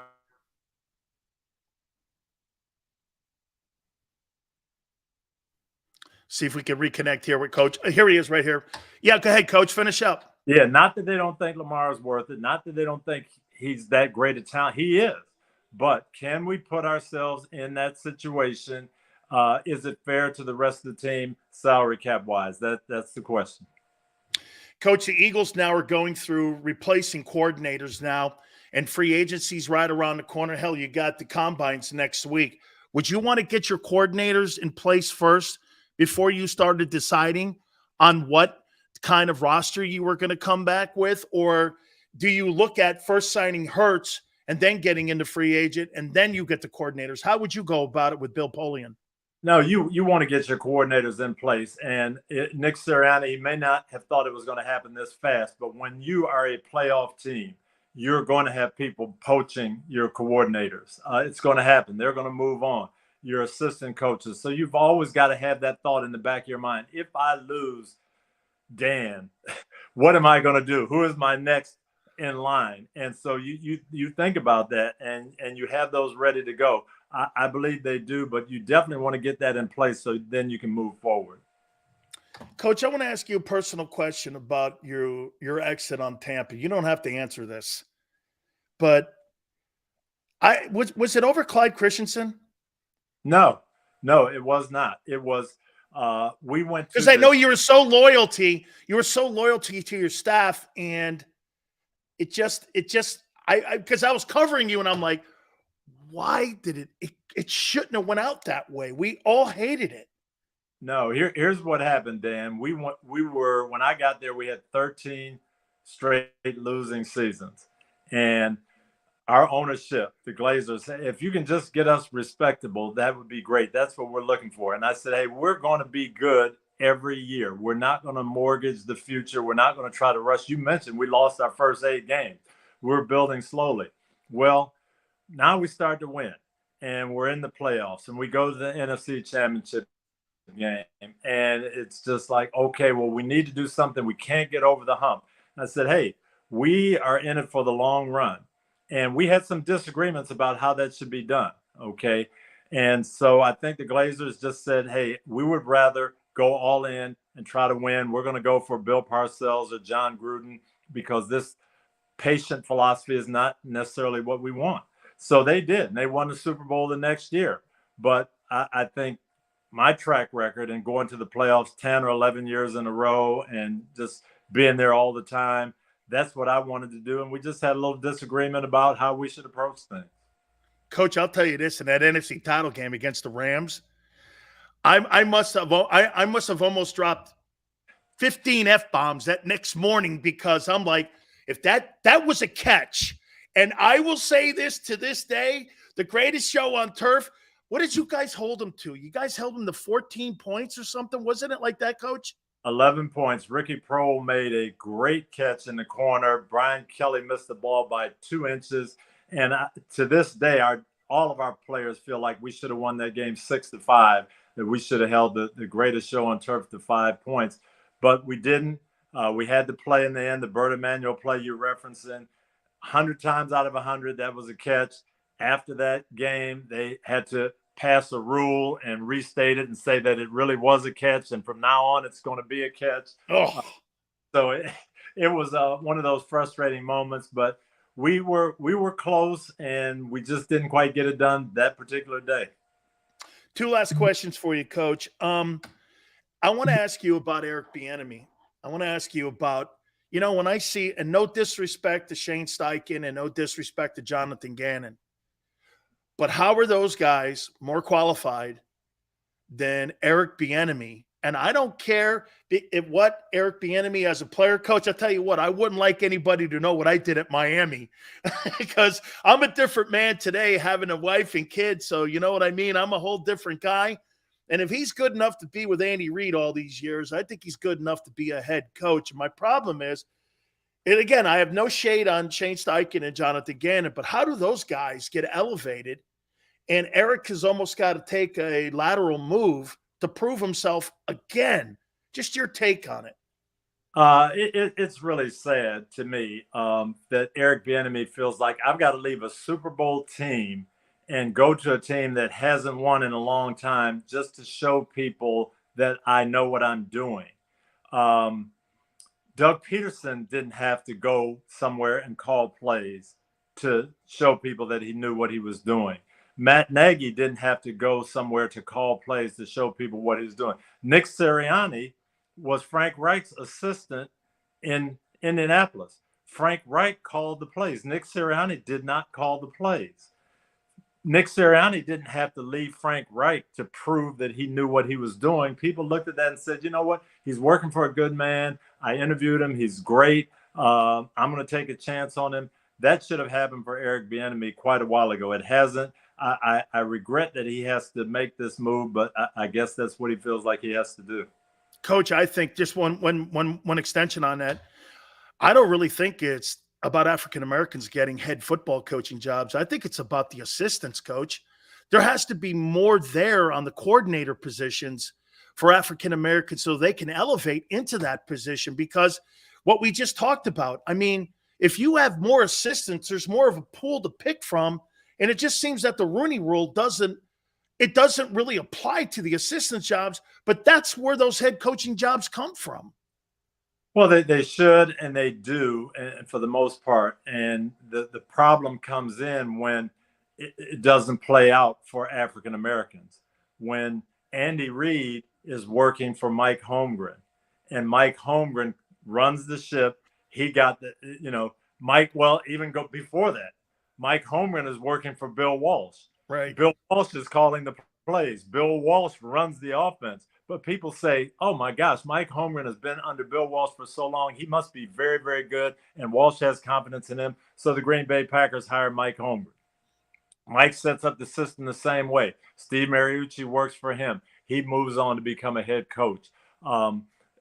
Andy Reid works for him. He moves on to be a head coach. Now Sherman Lewis takes Andy Reid's spot. Oh, Sherman Lewis doesn't call the plays. We can't hire him. And you say, wait a minute. Now that was 30 years ago. So now fast forwards, Andy Reid is now the head man. And gosh, Doug Peterson works for him. Doug Peterson is sharp. He's worked for Andy. We're going to hire him. Matt Nagy takes his spot. Matt Nagy must be sharp. And Andy Reid has confidence in him. We're going to hire him. Now Eric Bieniemy takes over for Matt Nagy. Oh, Eric Bieniemy doesn't call the plays. This is probably Andy Reid's system. Well, it's been Andy Reid's system for 15 years. And so that can't be the issue, but apparently it is with Eric. Okay, finally here, Coach. Sapp, Brooks, congratulations, Rondé Barber. One of your guys makes it into the Hall of Fame. Lynch, Allstott. Throw Simeon Rice's butt in there too. Who's your favorite Buck? You know, I have ties to the Bucks. I'm a Buccaneer. So who's your favorite Buck? All of those guys. No way. But I'm my favorite and tell you why. Warwick Dunn came to us in 1997. Warwick Dunn became the NFC Rookie of the Year, Offensive Rookie of the Year, while he was putting 3 of his teenage siblings through high school. He was getting housing for single moms in the Tampa area. He was doing so much besides being a great player. And with all that was going on with his family and what he did, he was just very special in my heart. Not that he was a better player than those guys, but he brought something special. And Coach, he's still doing that to this day because of what happened with his mom, I believe, from Louisiana. And I got to tell you, Coach, work done. Isn't it funny? Sometimes just like Tim Duncan's of the world, because they're quiet, unassuming, and yet impactful, we forget the really great ones. And you talk about incredible character, work done is a prime example, I think, of the kind of guy that you liked coaching when you were in Indianapolis, also in Tampa, and Minnesota too, I would throw in there. Coach, thank you so much for your time. It's always an honor to have you on, and and you're so kind to me, man. I really appreciate it. Thank you so much, Coach. By the way, your foundation, I saw you guys doing some stuff. If you want to throw something out so people can go there. Well, we have a Dungy Family Foundation. We work here in Tampa. We read to elementary school kids. We try to get education emphasized. So that's been great. All Pro Dad is another organization that we work with, helping men become better fathers. Go to the All Pro Dad website. It's awesome, especially if you're a man and you want to have a better connection with your kids. That's a great place to go. I get that text every day from Derek Brooks, being a better man. He goes, Coach does it to me all the time, so I'm doing it to you. I get a text going like this. Look, I get this text. He goes, are you being a better man today? Yes, I told my daughter I loved her. He goes, it's all you need. It's just to tell her you love her every day. Thank you, Coach, for your impact and influence on all of us. I appreciate it. Thank you, Coach. Thank you, Dan. Always great to be with you. You bet. The legendary Tony Dungy, better man than coach. And he was a hell of a coach. That's for dang sure. Please hit the like button. Keep it here on the National Football Show. When it comes to the fight against insurance companies, large corporations, and the healthcare industry, injured victims are always the underdog. But that doesn't worry us. At Messon Associates, we're an injury law firm from Philadelphia, and we come to fight. Our clients know that they've got representation with a chip on its shoulder, and it's the same chip that makes Philly the toughest city in the country. Call 215-568-3500 or visit us online at messalaw.com. Messon Associates, the toughest injury firm in Philadelphia.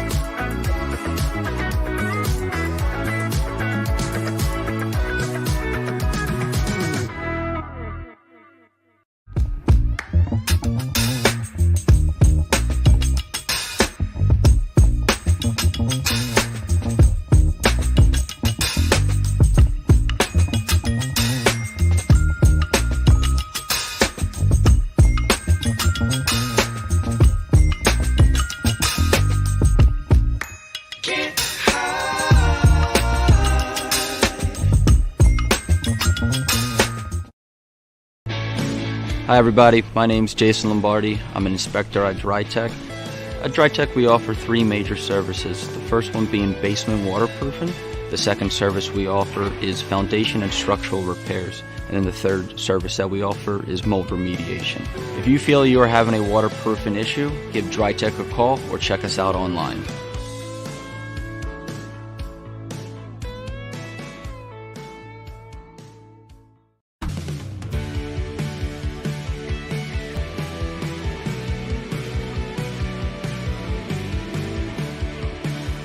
My name is Fran Salerno. and I'm a managing director here at Del Valle Insurance Group. Been in the business for over 36 years, saving people money on their insurance needs. Give us a call. Let us help you custom design an insurance plan that meets both your needs and budget.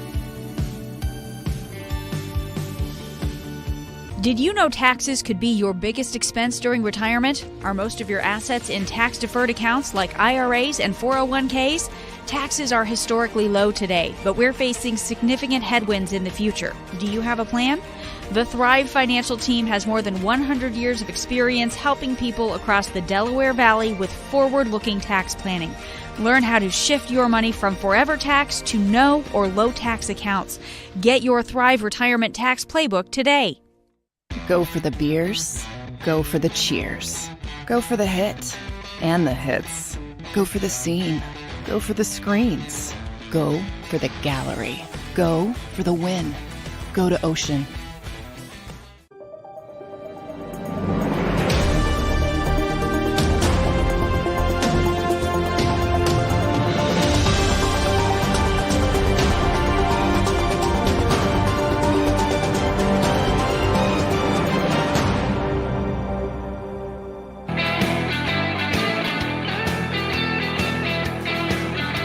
Tony Dungy believes what Big Sills believes. Hey, Tone, make sure you send that to our Twitter guy. Man, Tony Dungy even thinks it's a gamble for dual threat. Tony Dungy.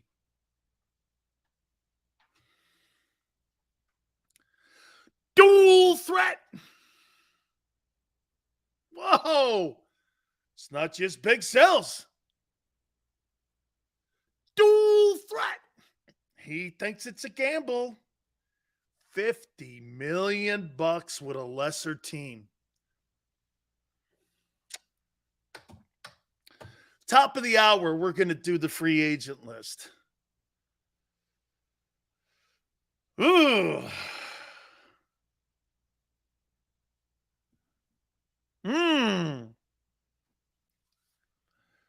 Sills, what are your thoughts on us voiding these 4 players?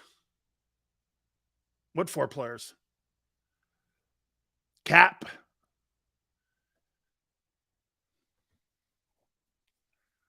Don't sign it. You can't sign. You can't rip your roster apart like this.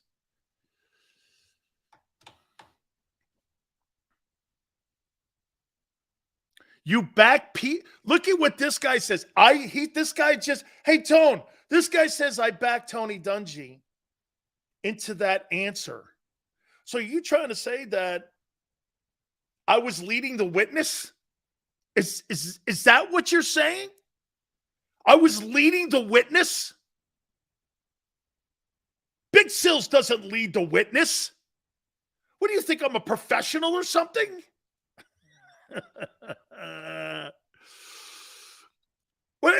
Tone, what do you think? I'm a professional at leading questions?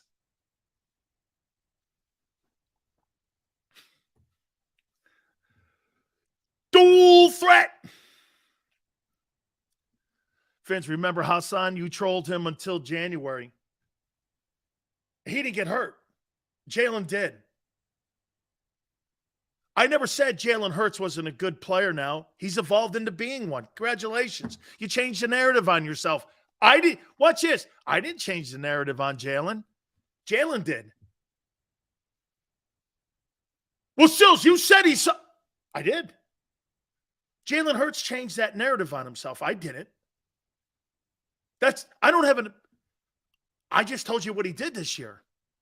All of us had question marks and if he was going to. Wait a minute. Howie Roseman got 2 first-round draft choices not to draft a safety, but to go get a quarterback if Hurts didn't pan out. He hedged his bets with 2 1s this year in case the quarterback sucked. Quarterback doesn't. He thought so too. Dual threat. Even Tony Dungy. Man. Says it's a gamble for the Eagles to put $50 million around Jalen Hurts. Man, that'll make news. Tony Dungy says it may be a gamble. You watch how that blows up tomorrow. Dual threat. Let the franchise quarterback walk. I never said that. Where did you hear me ever say that? I have never said let Jalen Hurts walk. I never have ever brought that up. I never have. But since you're there, that's why the 49ers today have a better team than you. No one's walking. No one. Defense is intact. O-line's intact. Debo, Christian McCaffrey, Fred Warner, Bosa's getting his extension. The all-pro safety's intact with a contract. I'll ask you one more time. Do you believe that Jalen Hurts can win a Super Bowl with less of a roster? I do not. Mahomes proved it. Mahomes proved it. He's got a lesser roster than the first Super Bowl. Will we not agree? The first Super Bowl, when they beat the Niners, had stars everywhere. This team, you have Chris Jones, Travis Kelce, Orlando Brown, and Patrick Mahomes. The rest of them,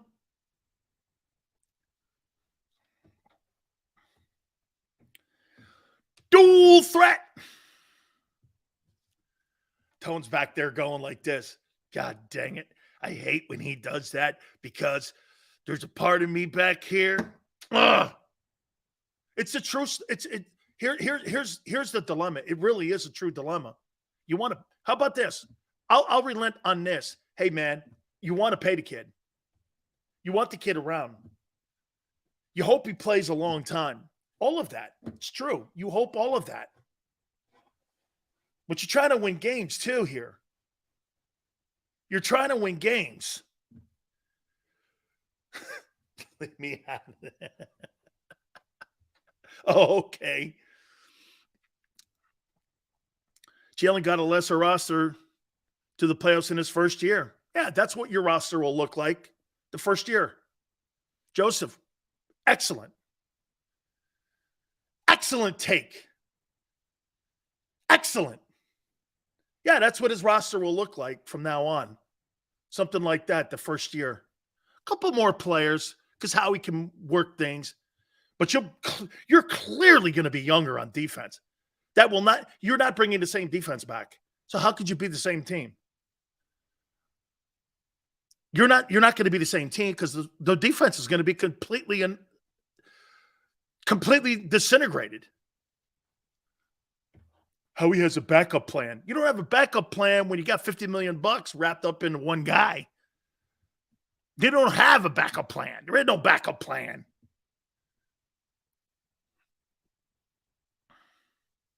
We just voided Hargraves, Edwards, Kaiser's contract.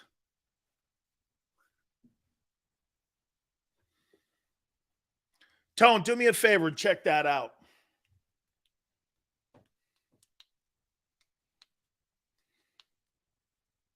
They just voided it.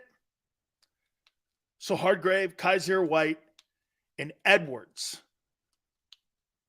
They voided the contract so they can renegotiate. Okay? But they're free agents. Smart move. Smart. But wait a minute. How can you void a contract that's already run its course? What are you talking about? You can't void a contract that have no remaining years. They're UFAs. That makes no sense. Okay? They don't have a contract. Their contracts are void. Anyway, they voided the contracts. They were unrestricted free agents. That's a dumb comment. You don't have any leverage on it. There's no years to void. The first step of what will be a busy offseason for the Eagles and for many free agents came on Monday when the team voided contracts of key players: Javon Hargrave, James Bradbury, Kaiser White, TJ Edwards. But the question would be this: what are you voiding? There's no years to void. They're all unrestricted. I'm not sure what there's got to be language in the CBA that I need to understand more, because they don't have any years to void. Once March 12th hits, they're able to deal with any team in the NFL. Currently, right now, until the calendar year starts.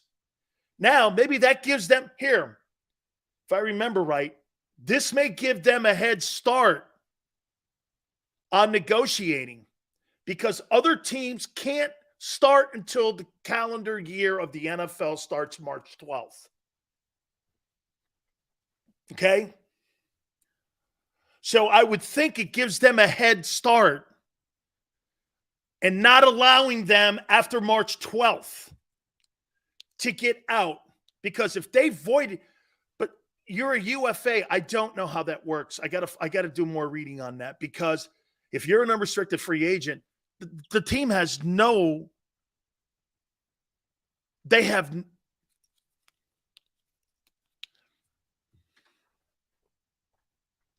all 2022 NFL contracts will expire at New York time, is what the NFL's official website states. The 2023 league year and free agency period began at 1600 New York time. The first day of the 2023 new year will end, right, I believe that's 4:30 or 4 o'clock, March 15th. Howie already working his magic? Why, if I'm Hargrave, would I come back for less money? That's not how that's going to work. Okay? That's not how that's going to work. You could still he's unrestricted. He has no right to keep you bound in any way. But what it does do, it might give the Eagles the opportunity to franchise tag Gardner Johnson. That's what may happen, is that Gardner Johnson may get a franchise tag. That's $18 million too, by the way. Or wait, for a safety? Tone, what is it for a safety? I think it's 14. I think it's 14. I think it's 14. I want to look at some of the free agents. We're going to do that in hour number 3. Guys that maybe Howie would take a look at. Okay?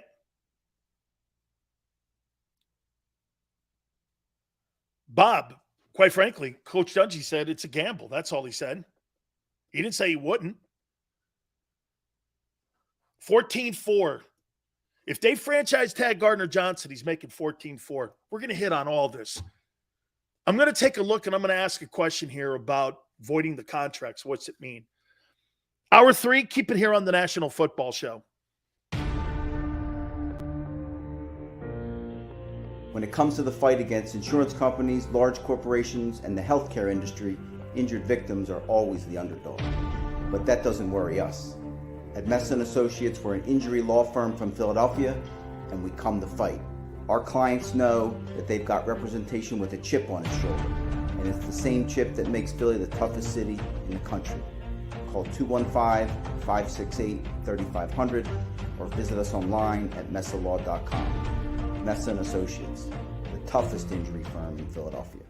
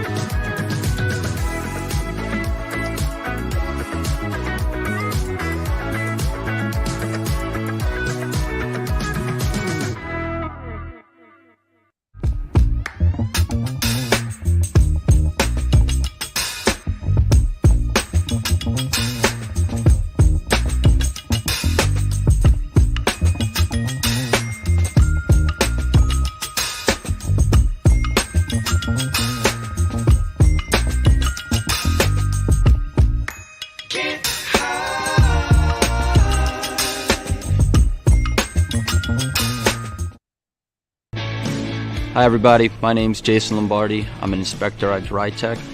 At DryTech we offer three major services, the first one being basement waterproofing.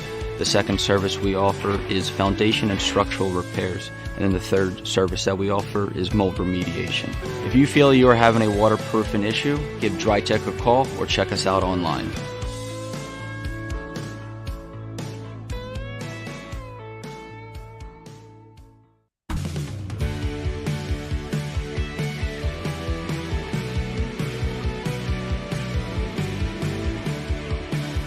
My name is Fran Soleno. I'm a managing director here at Del Valle Insurance Group. Been in the business for over 36 years, saving people money on their insurance needs. Give us a call. Let us help you custom design an insurance plan that meets both your needs and budget.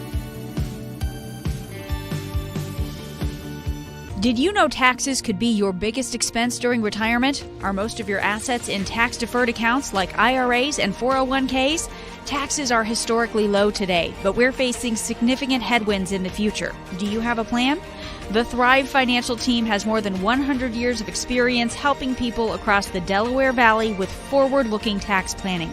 Learn how to shift your money from forever tax to no or low tax accounts. Get your Thrive Retirement Tax Playbook today.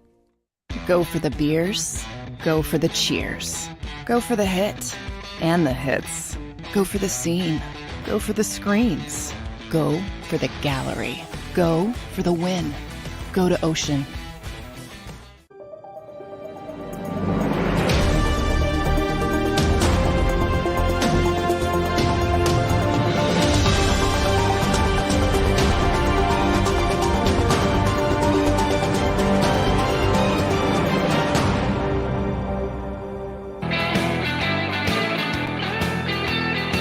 Big Sales National Football Show. Appreciate you coming aboard. Okay, this is how the voided contracts and the advantages and disadvantages. Voidable years have been talked about a lot. This is an agent telling me this. NFL free agent signing. Collective bargaining agreement. They offer teams a method to help make it possible to sign veteran players to relatively high dollar contracts in years when the team faces an unusually unexpected tight salary cap situation. Voidable year contracts come with caveats, but they also offer a powerful tool for teams trying to add talent to a roster.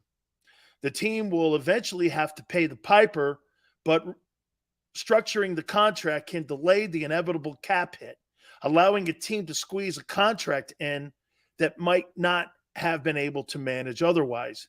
Because most NFL teams run like organizations, businesses, and not like a teenage running wild. It's dad's credit card. It's basically part of the NFL's new collective bargaining agreement. So what are avoidable years? Avoidable year is an extra year on the length of a contract. See, but there are no years on these contracts. They're all UFAs. I don't get it. A voidable year is an extra year on the length of the contract that the team and the player intend to void. In other words, it is a dummy year on a contract that the player will never play or get paid. This makes no sense with the Eagles. They voided the contracts that they don't have to void anyway. They're up. The team has no say in these guys. I don't get it.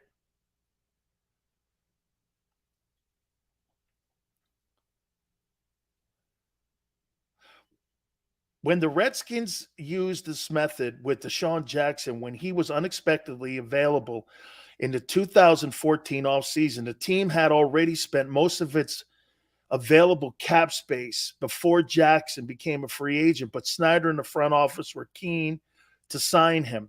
The Redskins wanted to give him a 3-year contract, but they were concerned about the impact of his rather high and hefty dollars in 2014 cap.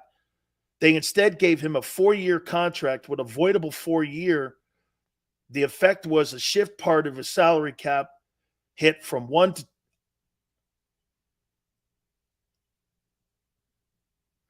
This allows teams to sign high-impact free agents that they want. So now Howie can go into free agency and look at some of the lists that we're going to talk about here. This allows Howie to look at some of the players that are out in free agency now.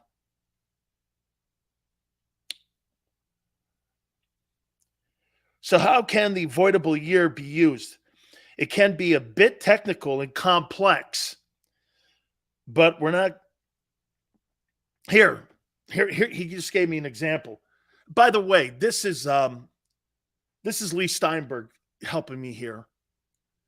Let's say a team wants to sign a veteran free agent to a 3-year, $24 million deal. I'm just throwing a number out.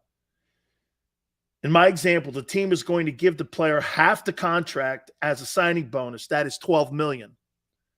The remaining $12 million in salary will be paid eventually at $4 million per season. So, like, here's what they're going to try to do with these players. Here's what they're going to try to do. They're going to offer him, they're going to offer these kind of contracts. And here's the barometer here. Watch this. So year one, say Javon Hargrave. Okay. Salary, $4 million. Prorated bonus, $4 million. Cap hit 8. Second year, $4 million. $4 million, 8. $4 million, $4 million, 8. 1, 2, 3 years.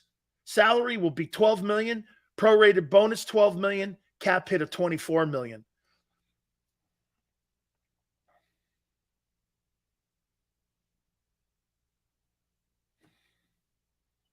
Boy, it's really technical.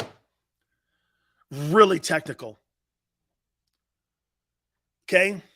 Really technical. Let's get into taking a look at some of these free agents again. Javon Hargrave, I don't care if he voids the contract or not. He's a free agent. He's going to get $18 million. He's going to have to sign him to an $18 million deal. Okay? I don't care what he does. This, I think, in all terms, Tone, I think this gives them a head start before March 15th. This gives them a head start. They're going to try to get all these deals done before March 15th. They're at least targeting the guys they want to bring back. Okay? Howie ain't outsmarting anybody. Once you put $50 million down on your boy, doesn't matter. You still got a $224 million salary cap. Dude, that defense, look at the work he's got. He's got to get coordinators. He's got to get players. He's got to get cheaper. This is going to be the best offseason. This is going to be the best offseason I can remember in NFL history. How you doing? Let's take a look at some of these free agents. How we run in circles on guys who are free agents anyway and aren't staying. Gardner Johnson, you're going to have to give him 18. Watch this. I'm going to cut a deal and we're going to put a deal together. You're going to have to pay him $18 million other way. I don't care how you do it. Voiding his contract. You're voiding contracts on years that you don't have to void. It just gives you a head start. So they're no longer Eagles. Oh, no, they're still Eagles until March 15th. All right. I want to throw some guys at you here. Jesse Bates, safety, Cincinnati. Interested? Thumbs up, thumbs down. Jesse Bates. No. Jesse Bates is a higher rated safety than Gardner Johnson. You have no interest in a guy who's rated higher? Tone goes like this. Bates wants a huge payday. He's a better player. He's a better player than Gardner Johnson. Okay. Probably true. Okay. Probably true. Jamil Dean, Bucks, corner. Another high-end guy. This is Howie's forte. Dean of the Bucks. Cornerback. You're going to need a corner.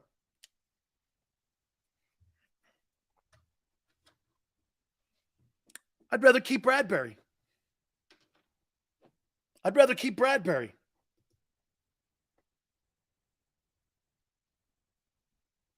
That's right. That's a great take. That's right. Howie let Brian Dawkins walk.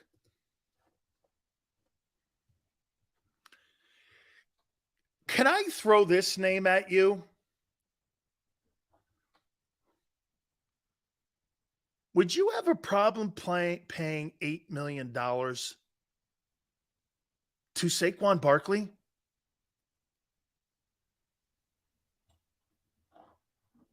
You weaken a divisional opponent. You bring in a better player than what you have. He's a better player. He's a better player than Miles Sanders ever was. He catches the ball better. If I'm going to pay $7-8 million, and the Giants are talking about paying Daniel Jones $45 million, $40 million, they're not keeping him. Would you think about Barkley? You weaken the Giants, strengthen yourself, all in the same process. You bring in a better player, weaken the Giants in the same process. I don't know about you, man.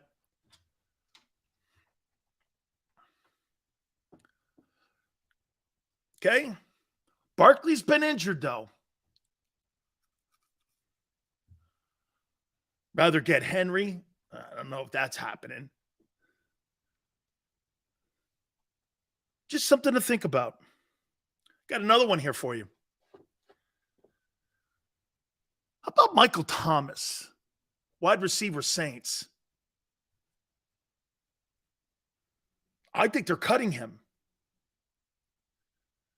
I think the Saints are cutting Michael Thomas because of cap. I think they're cutting him. Would you bring in Michael Thomas? You might get the guy on a great deal, a Howie deal.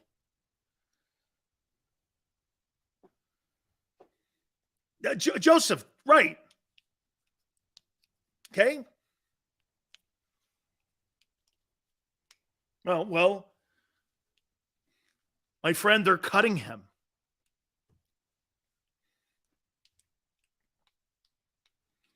How much would I pay? God, can you imagine having him on your roster at $5 million a year with incentives? Michael Thomas, Devontae Smith, Dallas Goedert, and A.J. Brown. Good night. You talk about getting better. I mean, you talk about developing Jalen Hurts. Let's just keep adding great players around him. How about this one?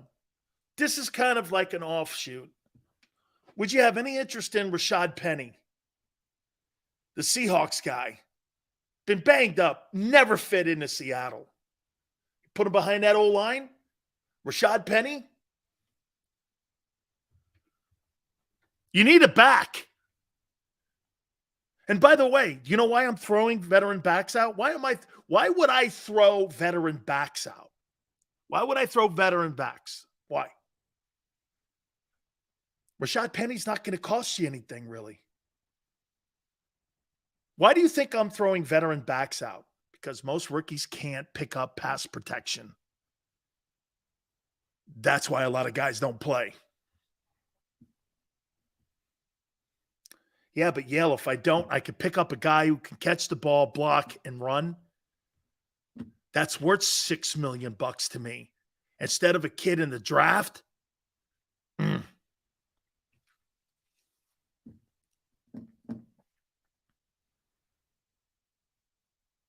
How about Marcus Peters, Baltimore, cornerback? What about grabbing him on a one-year deal? Marcus Peters played in the Ravens organization. Heck of a ball player. Marcus Peters can play. And I don't know if that would kill you. I think you know what I think you get Marcus Peters for? The same thing you got James Bradbury. I think it'd be something like that. I think Peters would play. You put him on an $8 million deal, put him at corner, and you're able to keep CJ somehow and Slay. Where's the drop-off? I think Marcus Peters is good. Hey, Tone, do me a favor. How old is Marcus Peters?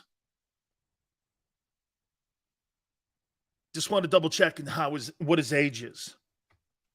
Please, God, don't let it be over 33. If it's over 33, I'm taking that guy off my list myself. If he's 33, he's off my list. He's 30. That's not bad. That's the same age as Bradbury. 29, 30. I'm all right with that.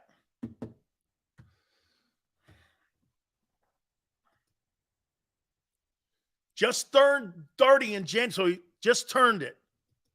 I like that, man. You might get him for $8 million.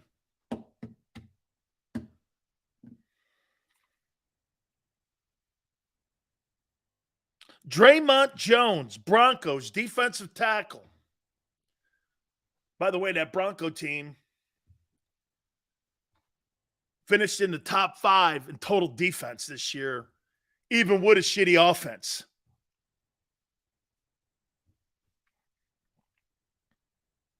The kid was a good ball player.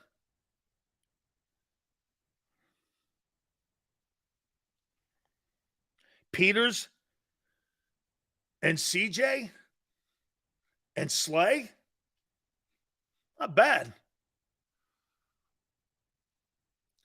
Okay. See, here's my problem. Here's why I'm throwing corners out. I'm throwing corners out because it's not a real big year for corners in the draft. So when you say draft a corner, it's not a thick year in corners. Draymond Jones, man, this kid from the Broncos is a ball player. And if you lose Hargrave or you lose some people significant, and get this, if you're a guy, because Howie likes to cover his ass, let's just say that Jordan Davis doesn't step up again. You got a guy in the building in here, and you're bringing in another veteran guy who can ball, man. This guy's good. This is a deep corner draft? Who told you that? There's 2 guys in the top 30. Dank, not true. How about this guy? Tony Pollard. Week in the Cowboys. To me, I would say this to you. Outside of Dak Prescott, Tony Pollard's the most important offensive player in the Cowboy huddle that's left. CeeDee Lamb is not a better ball player than Tony Pollard or more impactful. Tony Pollard's a 1,000-yard rusher, catches the ball out of the backfield. You drop him in the slot. And can you imagine him behind Jalen with that old line? Hey, I'd rather have a guy coming off a broken leg than a torn knee. I'm all right with the leg. I'm not talking. This guy didn't have a torn knee. There's a difference in injury.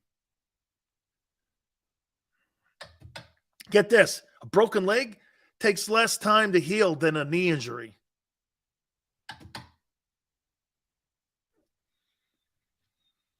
How about Kareem Hunt?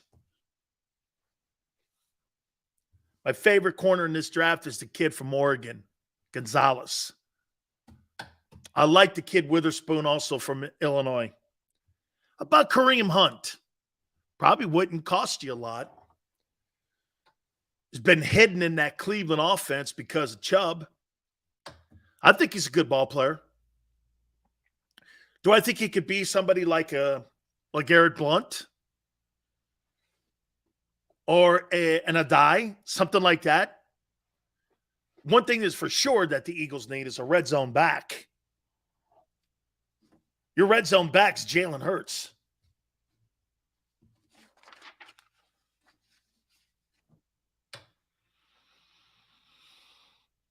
How about Marcus Davenport? My correction, it was an ankle for Pollard. Pollard underwent tightrope procedure instead of a surgery that required screws into the tibia and fibia for repair. A little more than I thought. How about Marcus Davenport? Edge rusher, Saints. Saints defense is pretty good. Okay.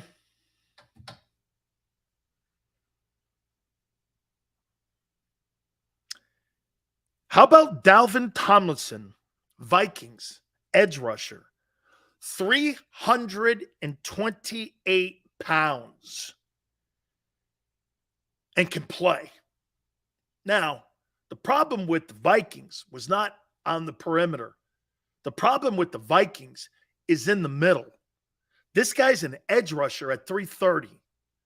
Okay? He's an edge rusher at 330. How you beat the Vikings is right up the gut. They need D tackles. Hey, I could see Hargrave landing there. They need defensive tackles. And TJ Edwards makes sense there.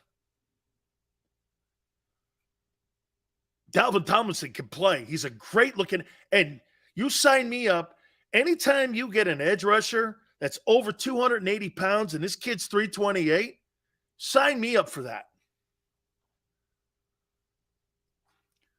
Miguel says, what do you think about signing Daron Payne, Washington? Let Hargrave walk.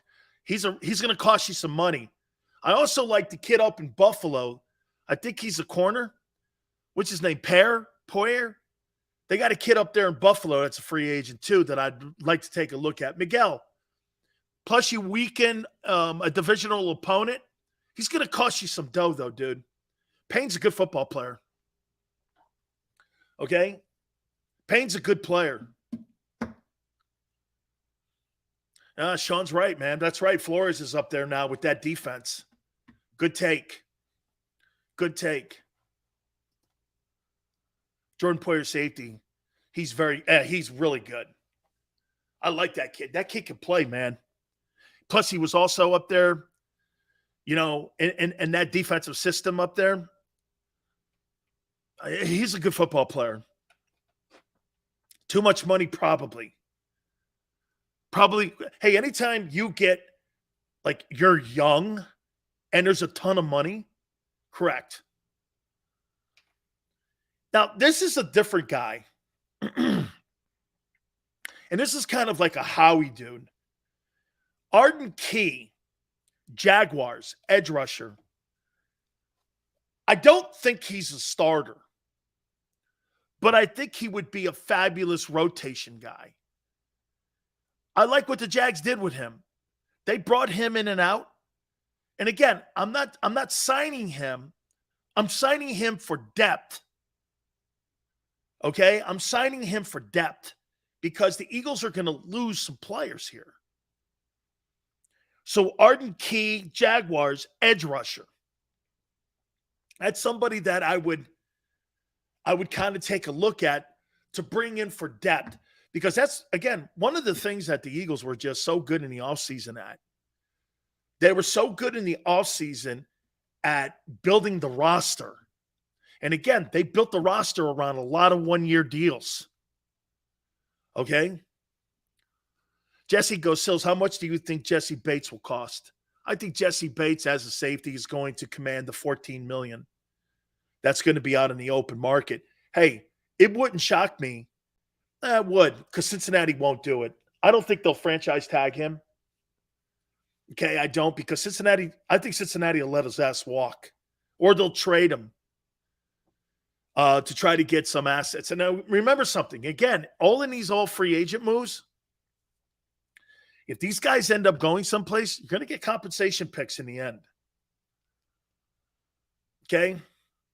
Eagles need a downhill pounding running back for this RPO system to mix in with speed running backs like Scott and Gainwell. Sports, I would say this to you. Also, in my opinion, to take some of the heat off of Jalen. Jalen can't have 200 carries. He's on pace for 200 carries. He can't have that. Okay? Seals, would you sign Davenport from New Orleans? I want to look more and want to know what the price tag is. Okay? I want to know more in the price tag. Franchise tag for CJ will be 14-4. Remember I told you this. It'll be 14-4. Care what voiding anything does. He's going to command top dollar. He's an unrestricted free agent. He does not have to sign with the Eagles. They have no control over him after March 15th. They have no control. Zero. So, again, 14-4 for CJ. $15 million for Reddick. Slay's 18. That's 47.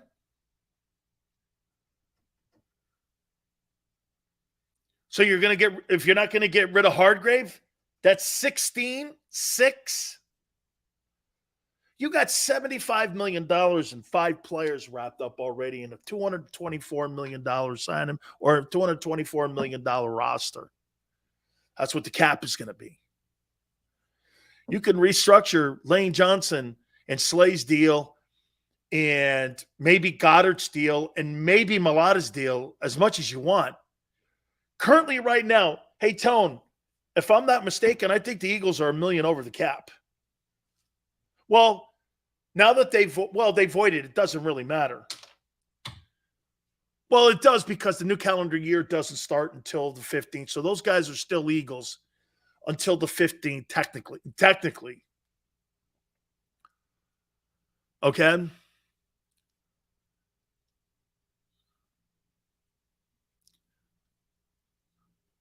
Jake Elliott restructuring.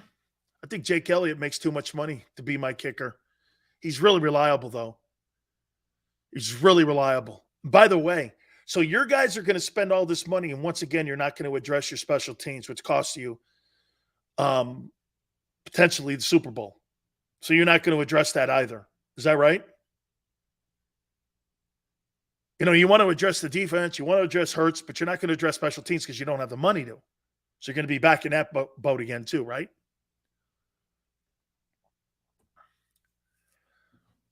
Why do you think he's walking, Sills? Because he's going to commit. Because all of these guys for the Eagle. Here, let's do this. What's this? It's a great question, and it's a fair question.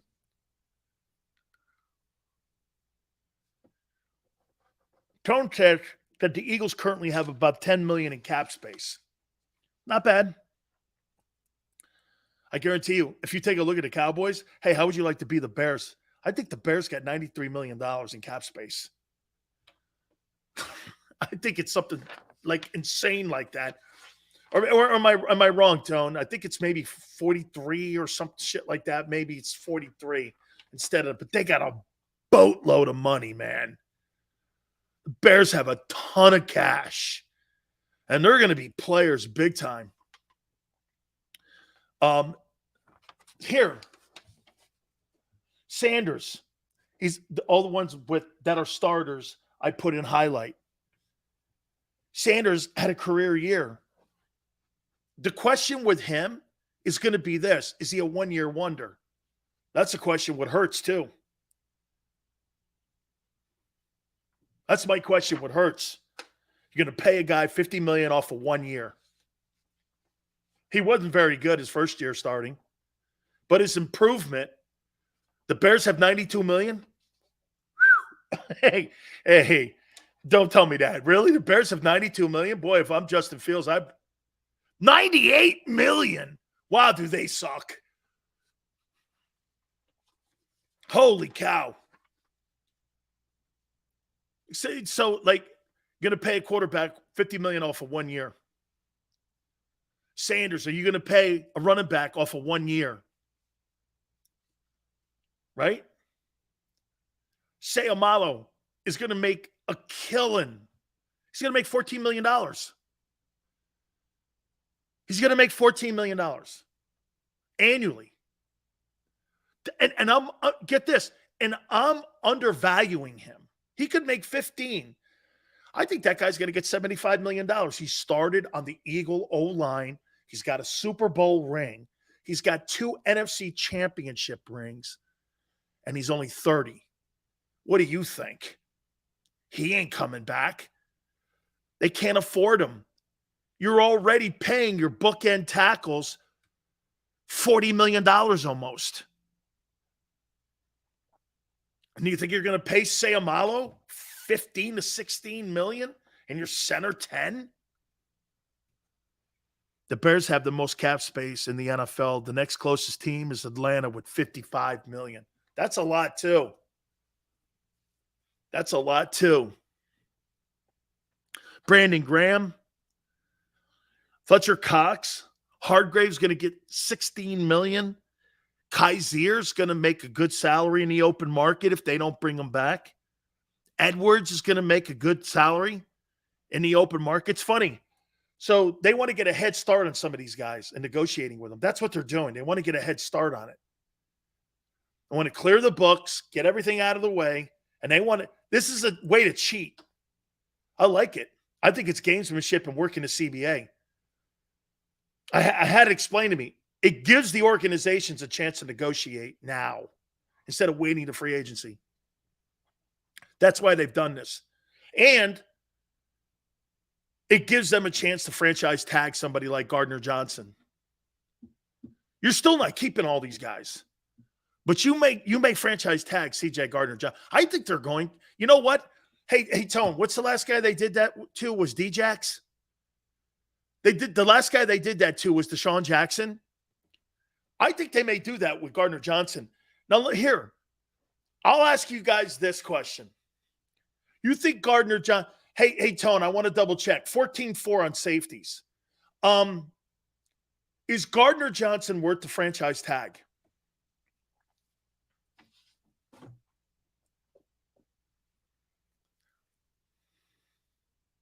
Seals, would you No, I'm not doing any of that. Jordan Davis has got to play defensive tackle for me. Seals, would you let Miles walk? I would. Trey Hunt's going to be a free agent. The Browns are either going to cut him or let him go.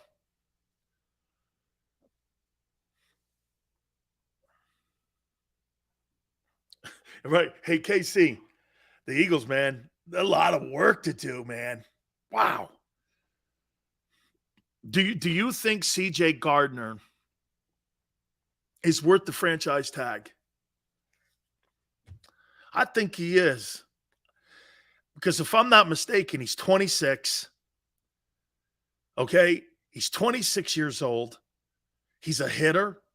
You could play him at corner, too.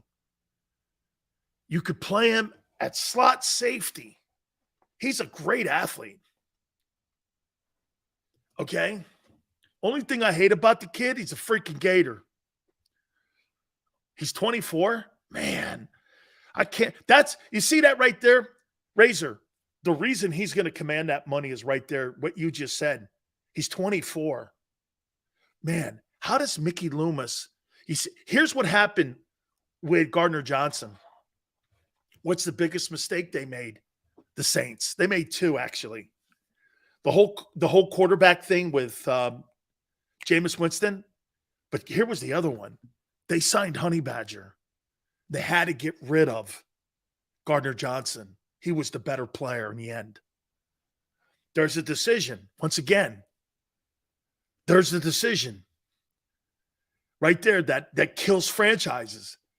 Dude, you're telling me the Saints wouldn't want that kid at $836,000? Knowing full well, and get this, man, you cut Honey Badger right now. If I had that kid on my team versus Honey Badger, I'm cutting Honey Badger. He gets hurt too much and he's too pricey. Gardner Johnson is better. This is what I told you about the whole Purdy thing. Okay? Financially, you've got to also look at that.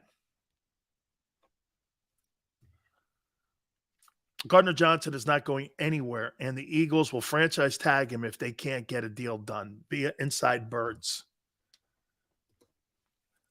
I believe that. Seals, do you think Jalen Ramsey lands in Detroit? I think he could land in Minnesota. Atlanta. Carolina. I think he could land somewhere around there.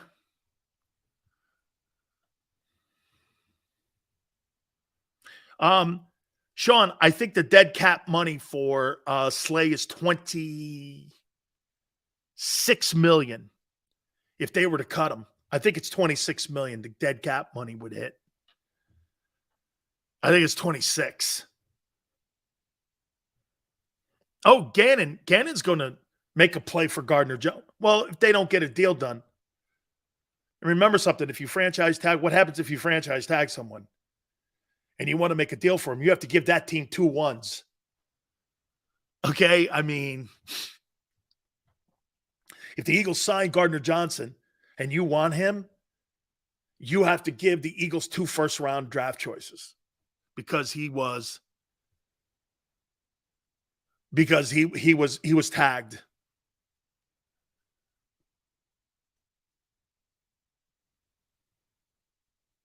Steve says this.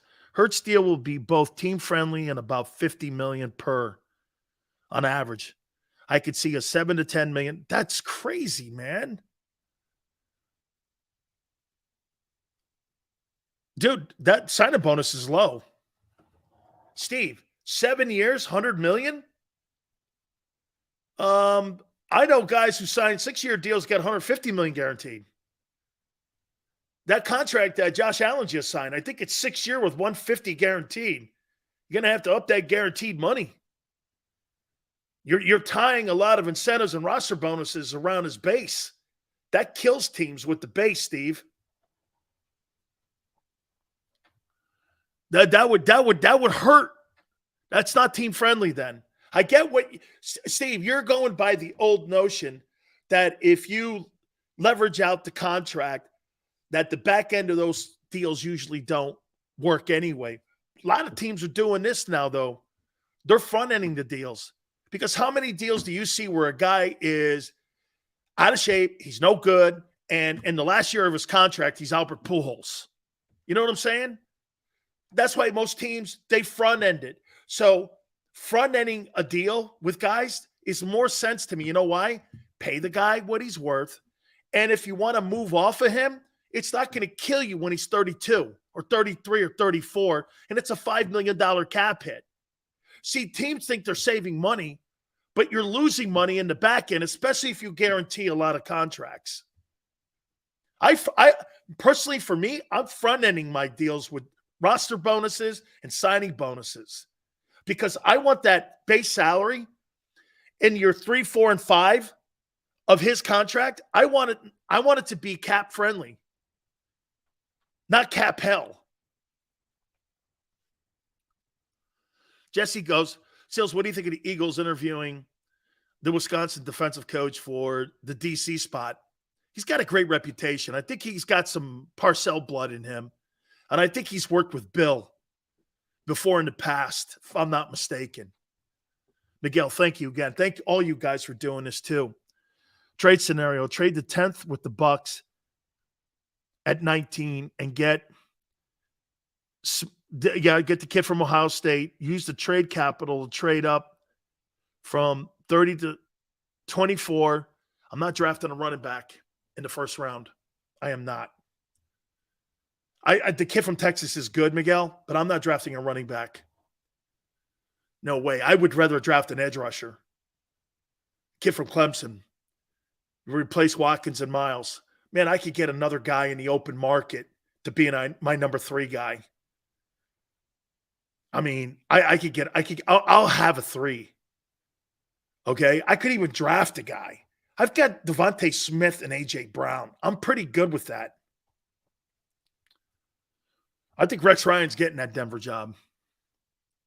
I do. I think he's getting that Denver gig. He wants desperately back in. One thing I think Rex is a great defensive coordinator. I didn't think he was that shitty. I didn't think he was that shitty of a NFL head coach either. All right, let me take a timeout. Please hit the like button. Some other NFL news. I want to hit on it. And by the way, compensation picks. I just got a list here on if you guys do lose some of these players, Howie's going to have a ton of picks. He's going to have a ton of picks. All right, keep it here on the National Football Show. When it comes to the fight against insurance companies, large corporations, and the healthcare industry, injured victims are always the underdog. But that doesn't worry us. At Mess & Associates, we're an injury law firm from Philadelphia, and we come to fight. Our clients know that they've got representation with a chip on its shoulder, and it's the same chip that makes Philly the toughest city in the country. Call 215-568-3500 or visit us online at messalaw.com. Mess & Associates, the toughest injury firm in Philadelphia.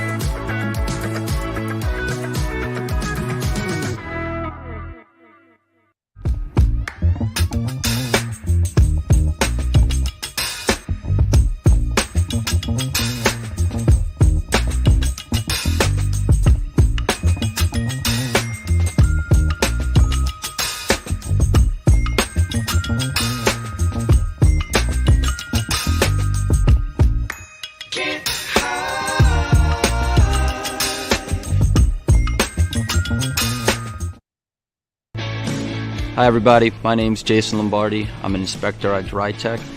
At DryTech we offer three major services, the first one being basement waterproofing, the second service we offer is foundation and structural repairs, and then the third service that we offer is mold remediation. If you feel you are having a waterproofing issue, give DryTech a call or check us out online.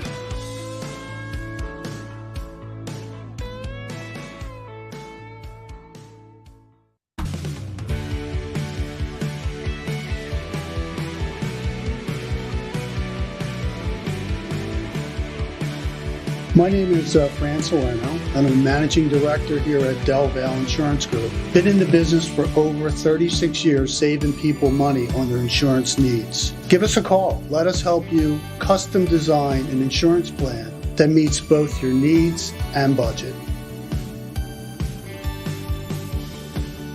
Did you know taxes could be your biggest expense during retirement? Are most of your assets in tax-deferred accounts like IRAs and 401ks?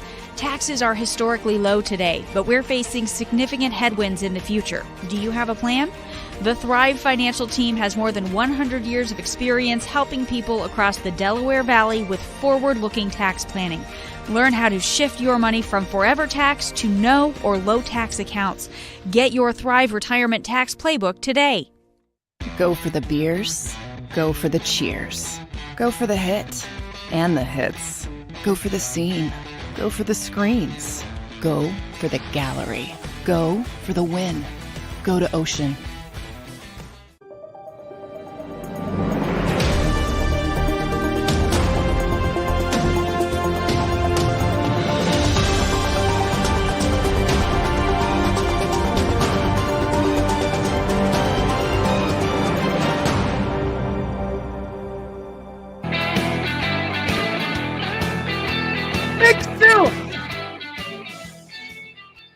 Tony Dungy says it's a risky proposition for the Eagles to give Jalen Hurts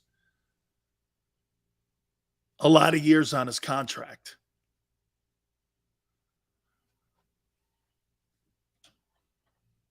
It's not about liking or hating the kid.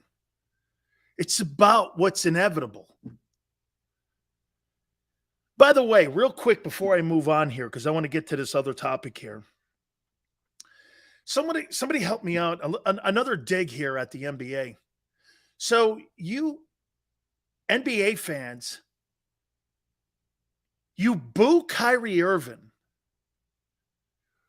but you cheer a pedophile in Karl Malone.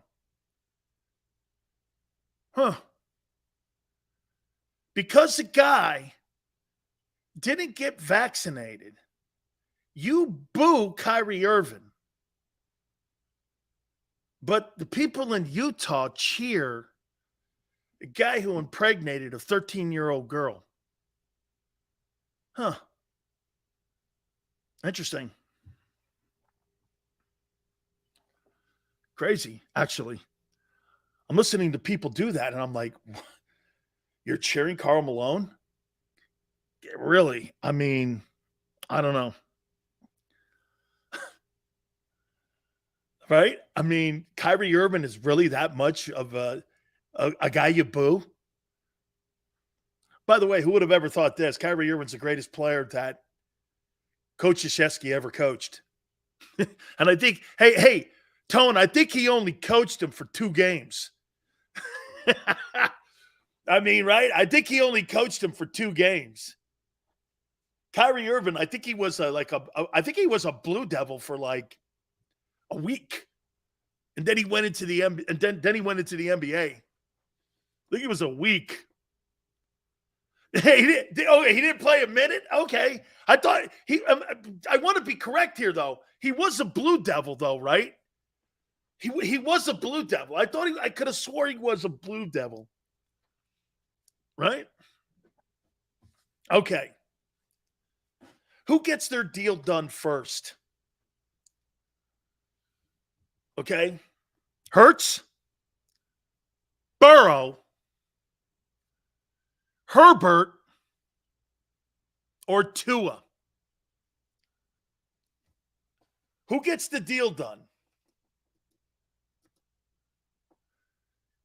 He played 11 games.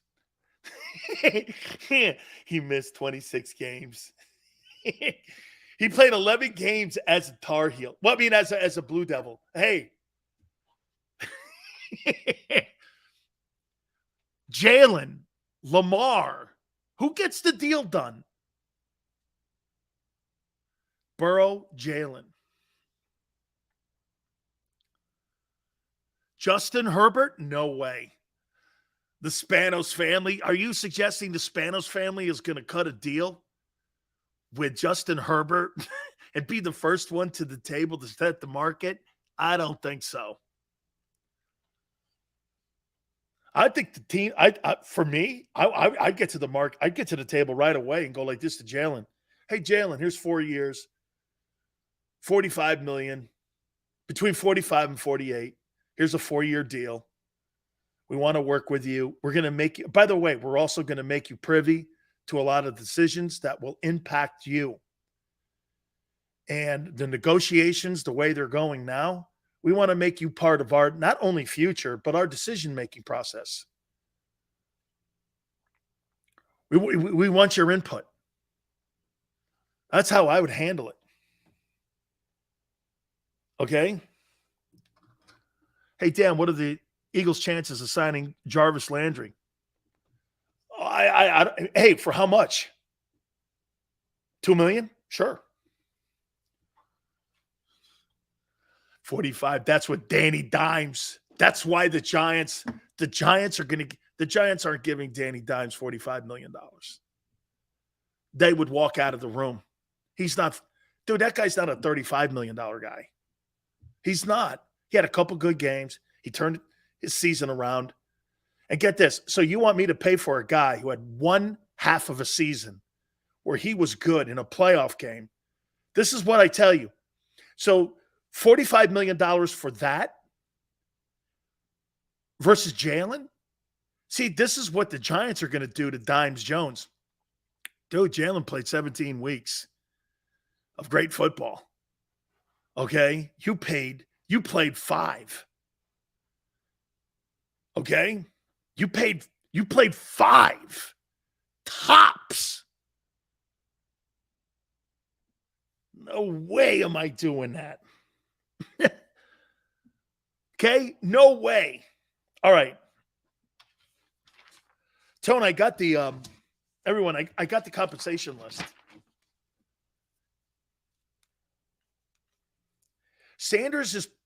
This is projections. Sanders will give you a 6th rounder additional. Sayamalo's going to give you another 3. Fletcher Cox, there's going to be no compensation. Hardgrave, 3.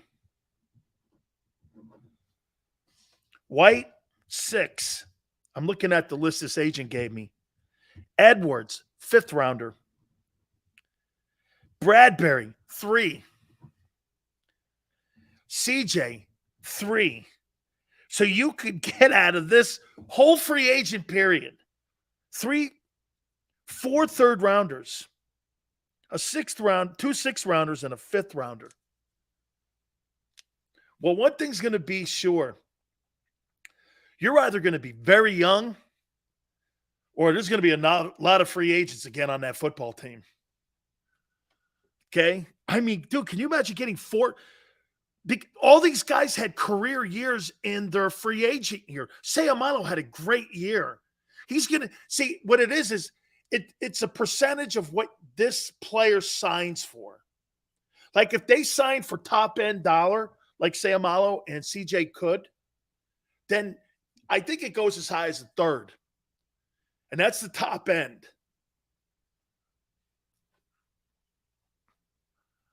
Whew.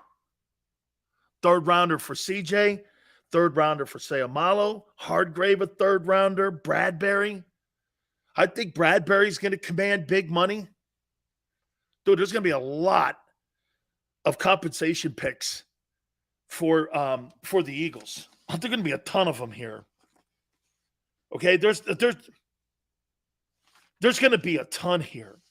I'm looking at the list here. There's going to be a ton. Yeah, and I saw that. By the way, it looks like the Giants are probably going to franchise tag Daniel Jones. That'll be $32.4 million. They're looking at a 3-year, $40 million deal for Daniel Jones. I'd rather sign Jimmy Garoppolo at $25 million and keep Barkley.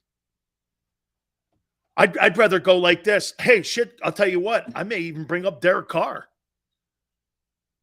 I may want to look at that and go Derek Carr. I think Derek Carr is going to have a gigantic market. I think Carr is going to either be in one of the 2 New York cities or teams. I think he's going to be with the Saints. I could see him potentially in Carolina. Shit, man. I wouldn't shock me Atlanta. Atlanta's got a ton of money. Dude, Jones, Jimmy, give me Jimmy Garoppolo, man. Jimmy Garoppolo with what? Wait a minute here, Tone. Watch this. Jimmy Garoppolo with Barkley. Okay? Jimmy Garoppolo with because Garoppolo's only going to command 25 to 30 million.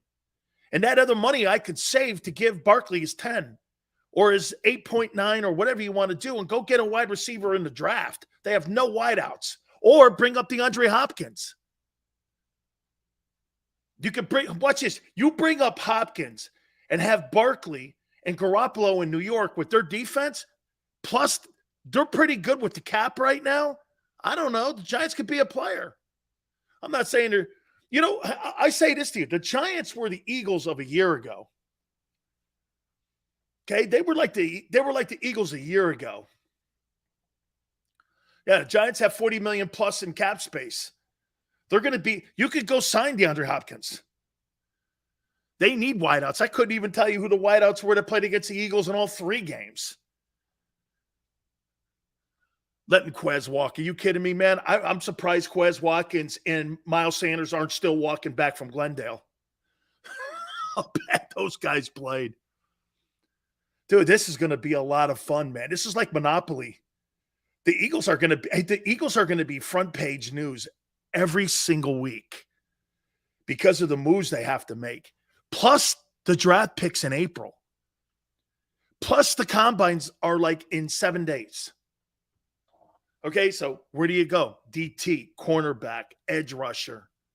Depends on what you're missing. I think they're going to go corner too. I'm with you. Man, a lot of great stuff. By the way, Tony Dungy was on with us earlier. We appreciate Coach coming aboard with us. Please check it out on the JAKIB Sports. Tomorrow, Seth Joyner at 3:30. On Wednesday at 4 p.m., the head football coach of the Carolina Panthers, Frank Wright, is going to join us as well. We appreciate everybody coming aboard. See you tomorrow going 3 to 6. Tone, awesome. Xander, thank you. We shall catch you on the flip side. When it comes to the fight against insurance companies, large corporations, and the healthcare industry, injured victims are always the underdog. But that doesn't worry us. At Messon Associates, we're an injury law firm from Philadelphia, and we come to fight. Our clients know that they've got representation with a chip on its shoulder, and it's the same chip that makes Philly the toughest city in the country. Call 215-568-3500 or visit us online at messalaw.com.